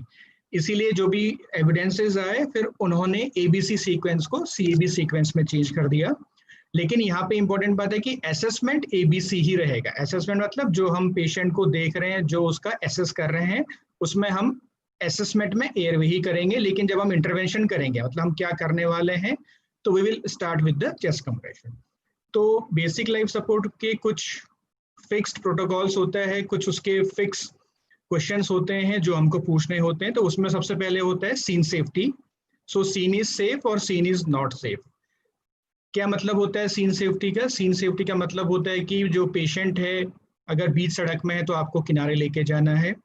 इस समय जो सीन सेफ्टी का मतलब है हेल्थ केयर वर्कर्स के लिए, क्योंकि हम लोग काफ़ी एक्सपोज्ड हैं जो भी हेल्थ केयर वर्कर्स हैं, तो क्लियरली हमको बताना होता है कि पेशेंट सस्पेक्टेड कोविड है या कोविड पॉजिटिव है। तो ये एक सीन सेफ्टी में आ जाती है चीज़ें।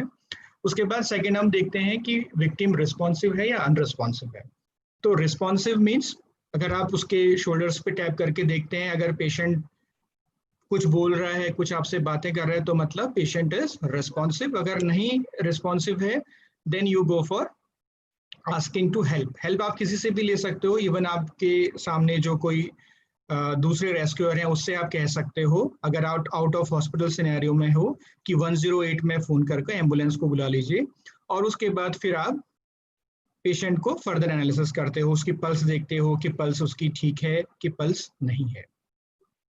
सो लुक फॉर नो ब्रीदिंग। अगर पेशेंट में सांस नहीं है और पेशेंट सिर्फ गैस्पिंग कर रहा है, तो आप पल्स और ब्रीदिंग दोनों साथ साथ चेक करते हैं। अगर पेशेंट्स की पल्स अच्छी है, आपने पल्स देखी बच्चों में, हम यूजुअली जो अगर हम इन्फेंट के बाद की बात करें चिल्ड्रन में, तो हम उसको कैरोटिड या फीमोरल पल्स देखते हैं।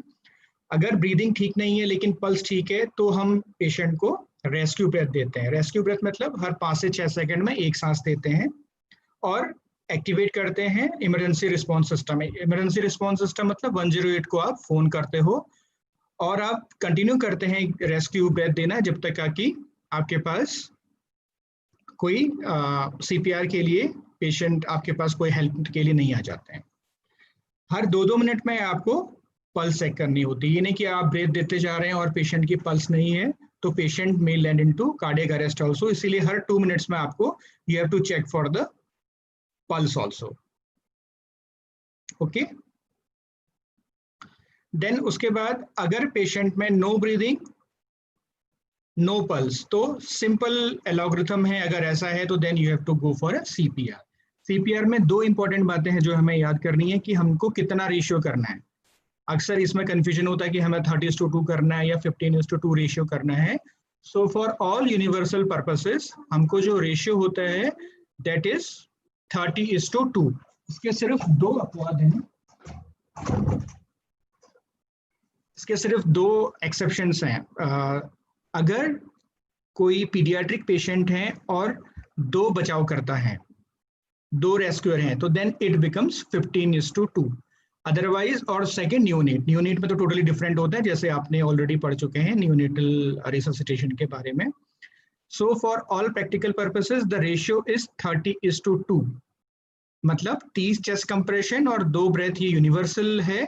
इसके सिर्फ एक एक्सेप्शन है पीडियाट्रिक एज ग्रुप में, अगर पीडियाट्रिक में 2 बचाव करता हूँ, 2 बचाव करता मतलब एक उसको ब्रीदिंग दे रहा हो और एक चेस्ट कंप्रेशन दे रहा हो, तो उस केस में इट बिकम्स 15:2। उसके बाद हम सीपीआर कंटिन्यू रखते हैं 30:2। अगर सिंगल रेस्क्यूअर है, पीडियाट्रिक में भी अगर एक बचाव करता है तो इट बिकम्स 30:2। और जब तक का एडी नहीं आता है हम उसको कंटिन्यू करते हैं चेस्ट कंप्रेशन और वेंटिलेशन, और हर 2 मिनट में हम पोजीशन, अगर 2 रेस्क्यूअर हैं तो पोजीशन बदलते हैं। पोजीशन मतलब जो ब्रीदिंग दे रहा है वो चेस्ट कंप्रेशन करेगा, जो चेस्ट कंप्रेशन दे रहा है वो ब्रीदिंग देगा। और क्या क्या चेंजेस हुए 2010 के बाद 2015 में, तो उसमें जो मेजर चेंजेस थे, एक तो था कि चेस्ट कंप्रेशन को लेके, जो चेस्ट कंप्रेशन था 2010 की गाइडलाइन में वो कहते थे कि आपको 1 मिनट में कम से कम एटलीस्ट 100 करना है, एटलीस्ट 100 आपको 1 मिनट में चेस्ट कंप्रेशंस करने ही करने हैं। और फिर ये चेंज हुआ कि 2015 में नाउ इट इज 100 to 120 पर मिनट, मतलब 1 सेकंड में आप लगभग 2 चेस्ट कंप्रेशंस दे सकते हैं, इससे ज्यादा आपको नहीं करना है। और जो डेप्थ थी, कितना हमको दबाव, कितना दबाना है और कितना डेप्थ होगी, दैट इज एटलीस्ट 2 इंचेस या 5 centimetre in the paediatric and in adults.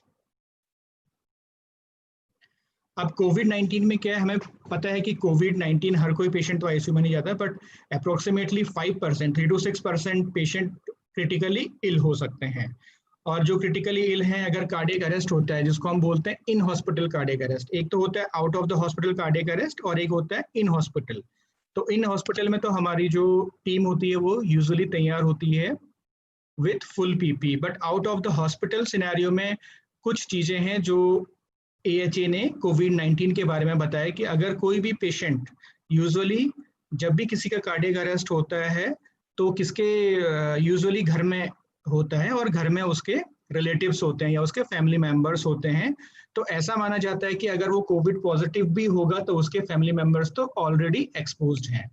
तो इस केस में ये एक्सपेक्ट किया जाता है कि जो फैमिली मेंबर ही है, he can go for giving the chest compression because he is already exposed. अगर वो 2-3 दिन से रह रहा है उनके साथ तो ऑलरेडी एक्सपोज्ड है, तो उसमें एक्सपोजर का बहुत ऐसे कोई मतलब एडवर्स चांसेस नहीं है। तो in that case he himself can continue with the CPR, जो भी उनके कलीग हैं।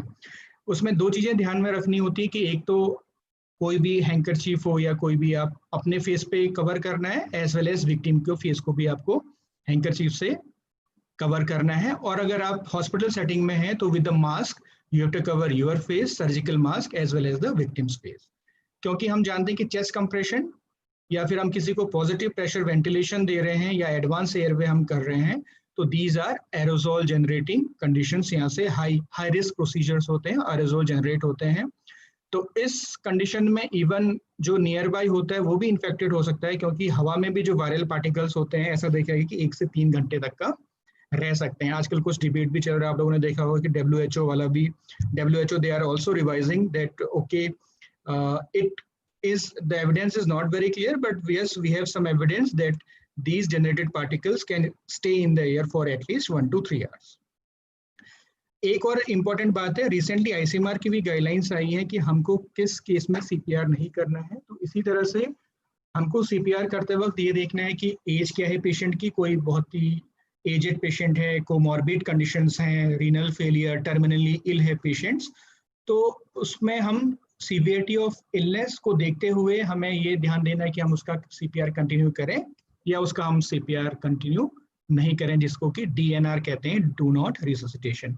बट अभी हमारे सिनेरियो में हम लोग बहुत इक्विप्ड नहीं है DNR सिनेरियोज के लिए, तो we have to always be careful with these things की comorbidities and severity of the illness for resuming of the CPR। जैसे भी मैंने डिस्कस किया, बाहर आउट ऑफ हॉस्पिटल सेटिंग के लिए, सपोज आप ट्रेन में जा रहे हैं, बस में जा रहे हैं, वहां किसी को सडन कार्डियक अरेस्ट हो गया, तो even if you don't want to give mouth to mouth breath, but at least as a lay person you have to give the chest compression. Chest compression same way में आपको 30 chest compression करना है and 2 minutes में 1 cycle will be completed. So you have to cover the face with the mask or cloth, whichever is available, because this will decrease the generation of the aerosols. AED अक्सर आजकल हर जगह available होता है, like metro station में अगर आप देखें दिल्ली में या फिर स्कूल्स में, तो AED यूज करना हर किसी को आता है। और जो डिटेल हम बताते हैं बेसिक लाइफ सपोर्ट के जो कोर्सेज होते हैं उसमें बताते हैं कि how we use the AEDs, automated external defibrillator. ये ऑटोमेटेड होता है, इसमें आपको रिदम पहचानने की जरूरत नहीं होती है, खुद ही आपको वॉइस प्रॉम्प्ट से ये बता देता है कि जैसे आपने पैड्स लगाए तो बता देता है जो ये इंस्ट्रूमेंट होता है कि रिदम इज शॉकेबल और रिदम इज नॉन शॉकेबल। तो उसके हिसाब से आप फर्दर अपनी चीजें जो भी आपको शॉक देना है या उसको सिर्फ एड्रेनलिन देना है आप डिसाइड कर सकते हैं। So this is the BLS algorithm for the paediatric cardiac arrest for 2 or more rescuers। तो यहाँ पे जो चेंजेस हुए हैं कोविड सिनेरियो में, that is now CAB has changed to PCAB. PCAB means you have to wear the full PPE before you are giving CPR to any suspect or positive patient. So it becomes PCAB. Wear PPE. Then the second is chest compression, airway and breathing. Okay. So verify the scene safety, same जैसे हमने अभी discuss किया। Then you have to donning और doffing आप जैसे करते हैं areas में, you have to always whenever it is suspected or positive, this is important for the healthcare worker कि वो donning करे और proper donning kit में रहे। Limit the personal, obviously if it is a in hospital cardiac arrest तो उस समय तो don't रहता है ये person and he can immediately go and tell other persons to don at the same time he can continue with the CPR, chest compression. Same, victim is unresponsive, you have to shout for a nearby help. Okay, और जो पहला rescuer होता है वो उसके साथ रहता है और जो दूसरा रेस्क्यूअर होता है वो AED लाने और जो भी emergency equipments bag and mask लाने वो चले जाते हैं। Then same, we have discussed the same, we will look for breathing है कि नहीं है, gasping है कि नहीं है। अगर नॉर्मल ब्रीदिंग है, पल्स ठीक है, लेकिन पेशेंट इज नॉट रिस्पॉन्डिंग, मतलब कोई न्यूरोलॉजिकल प्रॉब्लम है, and you have to monitor until emergency responders arrive. And here if pulse is good, pulse अच्छी है तो जो चीज नहीं है हमें वो देनी है। ब्रीदिंग नहीं है तो you can give breath, you can give one breath every 3 to 5 seconds or about 12 to 20 breaths. But here whenever you are using bag and mask ventilation, you have to use the filters. This is important that you have to use these filters because the aerosols, it is a high aerosol generating procedure and these aerosols can infect you. Okay. Then CPR, same sequence we have learned, 30:2 ratio, chest compression to breath ratio. And then if it is a pediatric with 2, it becomes 15:2 ratio. मतलब 15 chest compression और 2 हम bag and mask से उसको ventilate करेंगे। तब तक का अगर एडी आता है तो एडी आप एनालाइज करेंगे, एडी बता देगा रिदम शॉकेबल है तो ऑटोमेटिकली आप बटन दबाएंगे तो इट विल गिव 1 शॉक, अगर नहीं है तो आपको सीपीआर कंटिन्यू करना है। Similarly this is for a single rescuer. So as already discussed, and again I am discussing because this is where the confusion is, that when it is 15:2 and when it is 30:2. So pediatric age group, कब तक हम लेते हैं pediatric age group? Pediatric age group हम तब तक लेते हैं जब तक का कि पेशेंट के जो साइंस ऑफ प्यूबरिटी होते हैं, जो वयस्कता के साइन होते हैं वो नहीं आ जाए, like any development of any pubic hairs, mustache और beard in males and any mounting of breast in females। अगर ऐसा हो गया तो हम ये मानते हैं कि ये एडल्ट में आ गया, तो वो पीडियाट्रिक एज ग्रुप में नहीं आता है। तो इसलिए पीडियाट्रिक का ये मतलब नहीं कि 4 साल 8 साल 10 साल 14 साल जैसे कि हम लोग हॉस्पिटल में करते हैं वैसे है। AHA के हिसाब से पीडियाट्रिक पॉपुलेशन तब तक है जब तक का कि इस विक्टिम में साइंस ऑफ प्यूबरिटी नहीं आ जाते हैं, तो हम वहां तक का पीडियाट्रिक एज ग्रुप मानते हैं। सो पीडियाट्रिक एज ग्रुप में सिंगल रेस्क्यूअर है, एक ही बचाव करता है। एक बचाव करता है मतलब मैं ही हूँ और विक्टिम है बस, तो उस केस में आई विल गो फॉर 30:2। मैं 30 बार चेस्ट कंप्रेशन दूंगा और 2 बार ब्रेथ दूंगा। एक विक्टिम है और हम 2 लोग बचाने वाले हैं, मैं और मेरे नर्सिंग स्टाफ 2 लोग हैं, तो उस केस में it becomes 15:2 in the paediatric age group. Okay,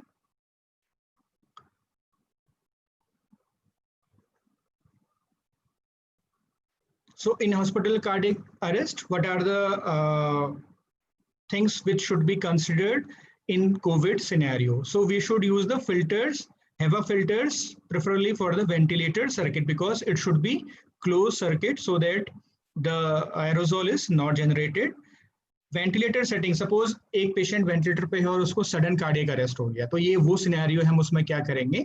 तो उस कार्डियक अरेस्ट में हम वेंटिलेटर सेटिंग को एसिंक्रोनस मोड में कर देंगे। एसिंक्रोनस मोड मतलब जो आप बोलते हैं CMB मोड, उसमें हम कर देंगे, सिंक्रोनाइज मोड नहीं करेंगे। और जो FiO2 है वी विल इंक्रीज टू 100, ये हम करते हैं कि हम FiO2 100 तक बढ़ा देते हैं। प्रेशर और वॉल्यूम कंट्रोल कोई भी मोड हम दोनों में यूज कर सकते हैं with a tidal volume of 4 to 6 ml, 4 से 6 ml पर kg का ये टाइडल वॉल्यूम हम सेट करते हैं। रेस्पिरेटरी रेट 10 हम सेट करते हैं जब भी कार्डियक अरेस्ट होता है, and we have to give chest compression. एक बार पेशेंट इंट्यूबेट हो गया, अगर कोई भी पेशेंट एक बार इंट्यूबेट हो गया, कोविड पेशेंट या कोविड सस्पेक्ट पेशेंट, तो उस केस में हम चेस्ट कंप्रेशन 30:2 नहीं करते हैं। उस केस में हम लगातार चेस्ट कंप्रेशन करते हैं जिसका कि रेट होगा 100 से 120 पर मिनट, क्योंकि वेंटिलेटर तो अपना 10 पर मिनट के हिसाब से उसको ब्रेथ दे ही रहा है। तो at the same time we will go for a chest compression at a rate of 100 to 120 पर मिनट। और सेकंड बात है कोविड सिनेरियो में कि व्हेनेवर एप्लीकेबल, अगर इन हॉस्पिटल सेटिंग में है, rather than giving bag and mask ventilation, it is always advisable that the patient should be intubated as soon as possible. Patient को intubate करना है ताकि aerosol generating procedure कम हो सके, as soon as possible with a expert, जो भी expert है उनमें, जिसके भी सबसे अच्छी expertise है, he'll intubate the patient. So this is the pediatric cardiac arrest algorithm जो recent आए हैं with in patients with confirmed और सस्पेक्ट कोविड-19 पेशेंट्स। तो इसमें हम देखेंगे कि सेम वही है, ये इन हॉस्पिटल के लिए है। इन हॉस्पिटल के लिए donning, start CPR, rhythm, always we have to check the rhythm. अब यहाँ पे जो हम रिदम चेक करते हैं इन हॉस्पिटल में, रिदम इज थ्रू द, हम चेक करते हैं it is through the monitors, जो भी आपके मॉनिटर्स होते हैं। और यहाँ पे हमको आइडेंटिफाई करना होता है, यहाँ पे AED यूज नहीं कर रहे हैं, it is a rhythm, you have to identify yourself. यहाँ पे AED नहीं यूज कर रहे हैं, तो सो आपको कोई वॉइस प्रॉम्प्ट नहीं होगा कि ये रिदम शॉकेबल है या शॉकेबल नहीं है। So you have to identify, और आइडेंटिफिकेशन में अगर आपको लगता है कि VF है और VT है या रिदम शॉकेबल है, 2 रिदम शॉकेबल होती हैं जो पीडियाट्रिक पॉपुलेशन में ज्यादा होती हैं, these are ventricular fibrillation and ventricular tachycardia. और उसके हिसाब से फिर आपको अगर शॉकेबल है, you have to give the shock.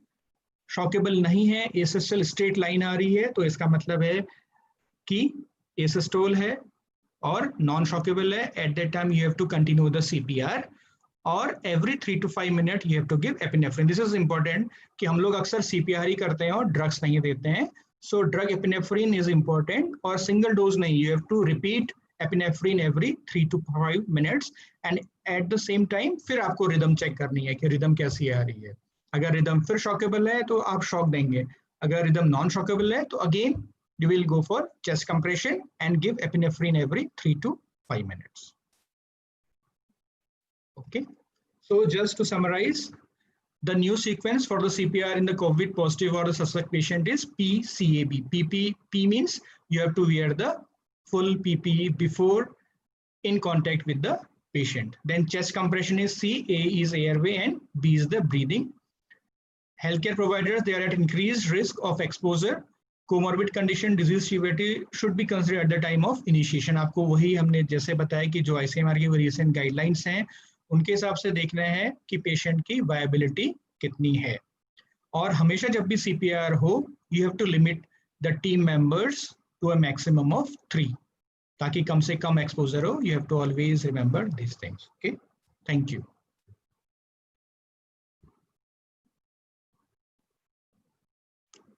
Hello. Hello, yes sir. Yes. Yeah. Thank you, sir. Yes. Thank you so much, sir. Thank you for your enlightening talk. With this, sir, we are at the end of our agenda. May I request the participants, if they have any question, they can ask. And I also request कि जब भी आप जाएं यहाँ से post test attempt करके जाएं, और कोई भी क्वेश्चन है तो क्वेश्चन आंसर सेक्शन में आप डाल सकते हैं. Doctor Manish I think join हो गए हैं फिर से, तो डॉक्टर मनीष कुछ कहना चाहेंगे सर? Thank you madam. सबसे पहले मैं हमारे जितने भी जो मास्टर ट्रेनर हैं,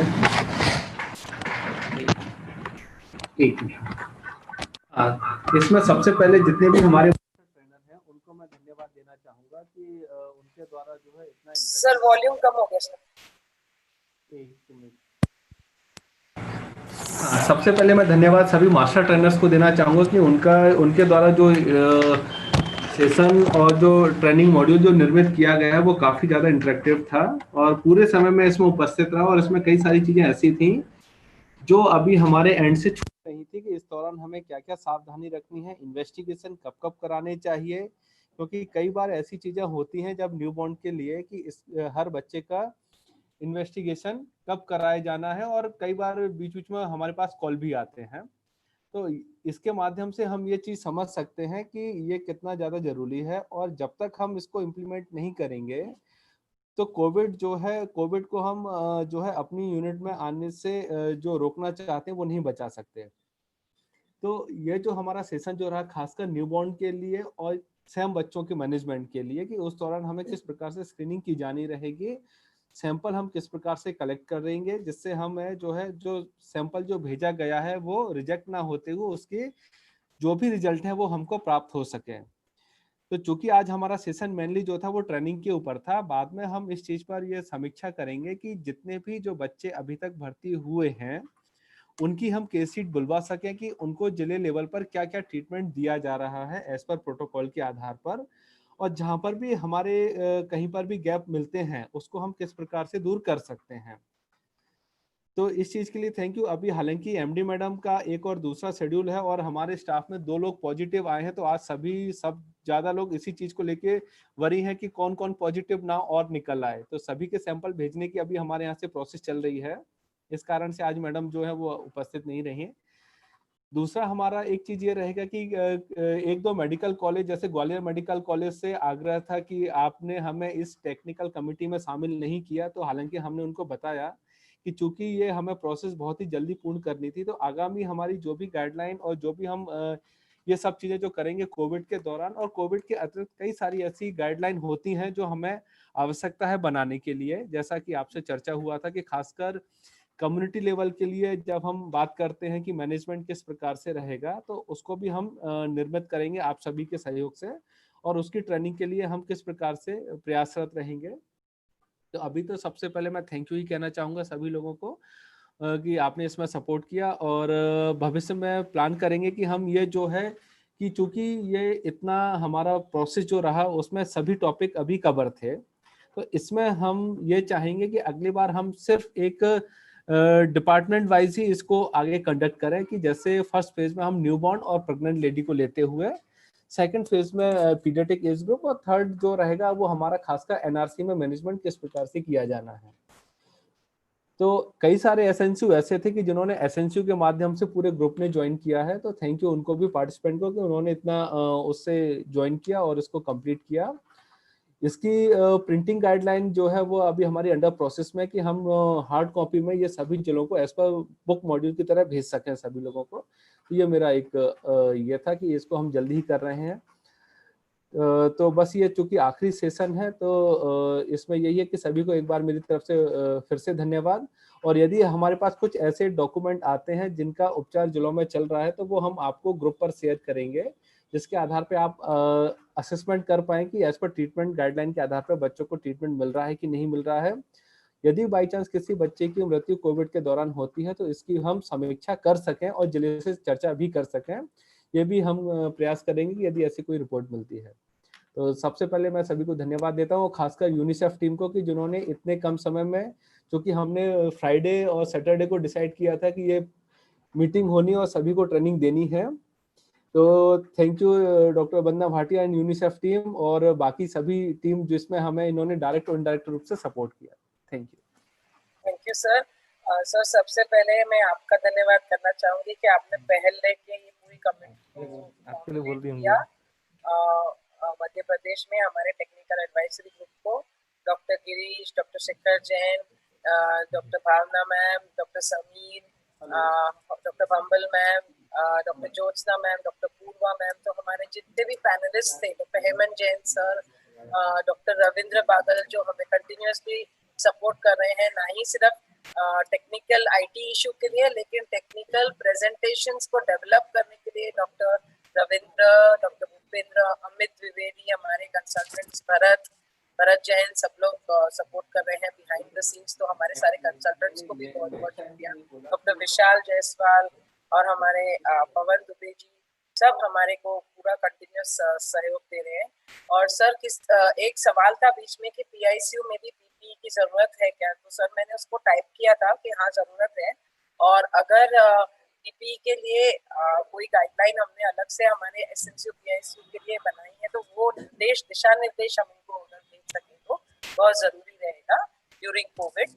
स्पेसिफिकली जो ट्रायजिंग और ये हम लोग को एल्गोरिथम्स जो शेयर करते हैं, जैसे डॉक्टर भट्ट ने भी अभी बहुत सारे अच्छे एल्गोरिथम्स बताए हमको, डॉक्टर पूर्वा, डॉक्टर ज्योत्सना ने भी बहुत बढ़िया एल्गोरिथम्स बताए। तो ये एल्गोरिथम्स हम कोशिश करेंगे कि हम बड़े से चार्ट में डालकर इनको एटलीस्ट हमारे पीआईसीयूज और एसएनसीयूज में जरूर लगा दें सर। तो ये हम लोग आपको जरूर सपोर्ट करेंगे। और एक अनुरोध आप सबसे भी है, ये गाइडलाइंस है, ये इतनी फास्ट इवॉल्व हो रही है, पिछले 3 महीने में इतनी बार चेंज हो चुकी है, क्योंकि हर बार नया एविडेंस आगे आता है और नई गाइडलाइन आती है। तो हमारी टेक्निकल एडवाइजरी कमेटी इससे सीमित नहीं है, आप लोग भी फील्ड से सुझाव भेजेंगे या आप कुछ गाइडलाइन में ऐसा नोटिस करते हैं जिससे आपको सवाल आता है और आप चाहते हैं कि उसको कोई क्लैरिफिकेशन मिले या और अच्छे से एक्सप्लेन हो, तो वो फीडबैक हमें दीजिए ताकि हम वो गाइडलाइन में आगे भी नए वर्जन अभी आते रहेंगे इसके। ये तो वर्जन 3 है हमारा, 3 बार समीक्षा होने के बाद ये 3rd वर्जन है ड्राफ्ट का, तो ये और भी एक वर्जन निकल सकता है आगे। तो हम लोग डेफिनेटली आप लोगों के फीडबैक से इसको रिजॉल्व करेंगे। तो थैंक यू आप सब लोगों को। और कोई सवाल मुझे दिख नहीं रहा है इसके बियॉन्ड सर। 35 पार्टिसिपेंट्स बचे हैं, कोशिश कर रहे हैं कि सारे के सारे पोस्ट टेस्ट करके जाएं तो हमें थोड़ा आइडिया लगे कि हमें और कौन सा सेशन बैठकर लेने की जरूरत है। तो सर इसको वाइंड अप कर सकते हैं। डॉक्टर भूपेंद्र, डॉक्टर रविंद्र, हम वाइंड अप कर सकते हैं अभी। Doctor Girish, would you like to add anything? Doctor Jain, doctor Purva? Yes, it was a good interactive session, Dr. Vandana. And obviously, we have some newer guidelines that are coming day by day, as you have rightly said, कि रोज ही कुछ न कुछ नया आता है. तो we are also updating this disease. ये disease सबके लिए नहीं है, तो we are also updating. And as soon as, especially for the PICUs, you have just you have a concern regarding the PP in the ICUs. So we have a document of MOHF and AIIMS Delhi, which we are following in our institute. So I'll be sharing that. कि कहाँ पे moderate risk है, कहाँ पे कौन सा procedures में है। जी सर। तो मेरे प्रेजेंटेशन में मैंने कवर करने की कोशिश की थी एक टेबल को लेकर सर, अगर आपके पास जो अपडेटेड जो गाइडलाइंस आई हैं फ्रॉम वो एम्स ना, उसी से हमने अपने स्टेट गाइडलाइंस में आया था ये which place which PP is adequate. So if you in my earlier presentation I covered that in 4-5 slides. However, still that question persisted. So definitely these slides I will be sharing with the team here also, so that it gets incorporated in the guideline also. And so your aims and Delhi guideline will be very useful also. We can take the chapter from there and incorporate it. Sure. और and एक अनुरोध सबसे है कि अपनी MP की government की जो गाइडलाइन है, अपनी सारी गाइडलाइंस हैं, वो अपने एमपी हेल्थ रिस्पांस के वेबसाइट पे है, कोविड रिस्पांस के वेबसाइट पे। तो आप खुद को भी अपडेट करने के लिए वो सारी गाइडलाइंस अपने एसएनसीयू के, पीआईसीयू के, वार्ड के, ओपीडी के कंप्यूटर्स पे डाउनलोड कर सकते हैं, अपने पास पेन ड्राइव में रख सकते हैं, और हिंदी में उनकी सारी गाइडलाइंस है, ये सारे एल्गोरिथम्स उसमें भी अवेलेबल हैं अलग अलग जगह पे। और ये पर्टिकुलर गाइडलाइन जो हमारी पीडियाट्रिक केयर की है पूरी, जो हम लोग भी इसको ट्रांसलेट भी करने का कोशिश करेंगे। अभी तो हम लोग फर्स्ट 3 ड्राफ्ट इसको क्लियर किया है, तो हम लोग इसको और रिवाइज करेंगे और आप लोगों के लिए ट्रांसलेशन के लिए मदद करेंगे। इन द मीन टाइम हम ये स्लाइड्स जरूर पहुंचा लेंगे आपको। जी सर, कोई कहना चाह रहा था? कार्यक्रम बहुत अच्छा रहा। केवल एक बात का जरूर मैं सुझाव देना चाहूँगा, ये करीब करीब 1 वे हो गया। हम ऑडियंस से इंटरेक्ट नहीं कर पाए, वो कितना समझे, उनको कुछ पूछना था नहीं पूछना था, उसका फीडबैक नहीं मिल पाया। जो डायरेक्ट होना चाहिए उसी समय होना चाहिए। कम से कम 3-4 बार, यदि 5-6 घंटे का सेशन है तो 3-4 बार उस तरह का इंटरेक्शन आना चाहिए, ताकि जो पार्टिसिपेंट्स हैं उन्हीं के लिए अपन करते हैं, तो पार्टिसिपेंट्स वो कितना समझे और वो जो पूछना चाहें उसको उनके समस्याओं को देखते हुए उसको अपन इमीडिएटली मॉडिफाई भी कर सकते हैं। जो स्पीकर्स हैं वो इमीडिएटली उसको एड्रेस भी कर सकते हैं। तो वो पार्टिसिपेशन नहीं हो पाया, तो आगे से 5-10 मिनट हर घंटे 2 घंटे के बाद में, ताकि फीडबैक पार्टिसिपेंट्स का स्पीकर्स को मिल जाए कि क्या हो रहा है।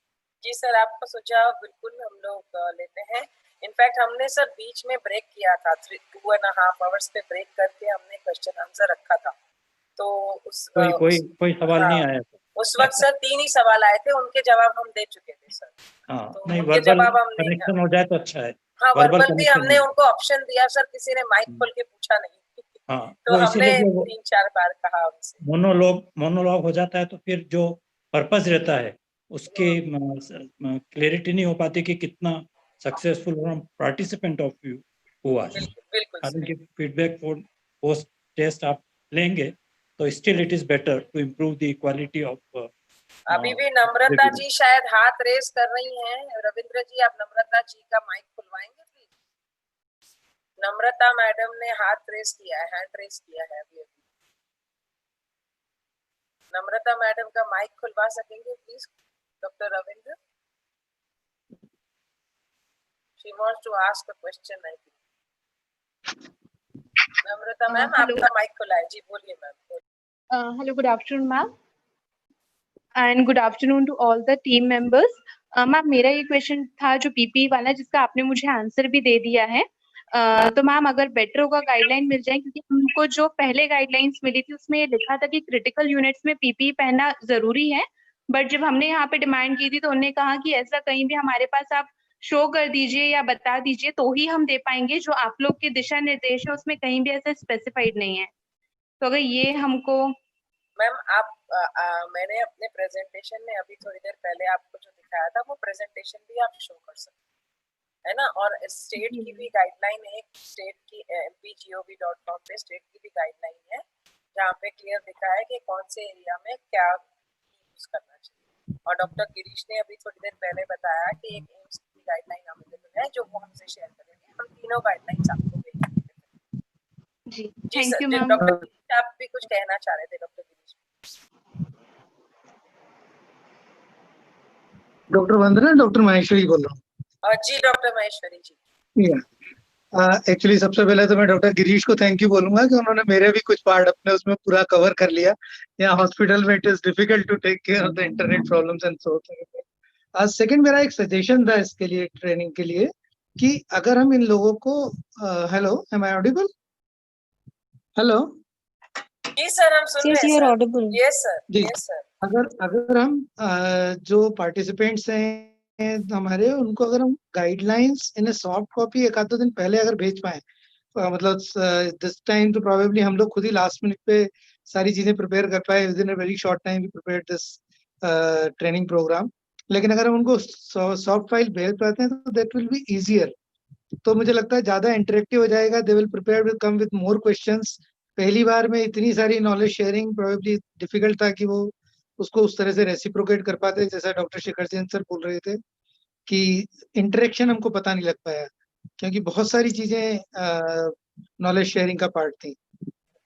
जी सर, इस बार सर हमने एक्चुअली गाइडलाइन शेयर नहीं की, उसका एक कारण भी था क्योंकि कुछ अभी बातें उसमें रिवाइज हो रही हैं, अभी कुछ रिविजन्स चल रहे हैं छोटे छोटे, तो इसीलिए हमने कहा कि अभी हम बेसिक उनको जो ट्रेनिंग करना है, जो बेसिक ड्राफ्ट अभी हमारा रेडी है, उससे ये एक्चुअली ये सर ये 3rd ट्रेनिंग है।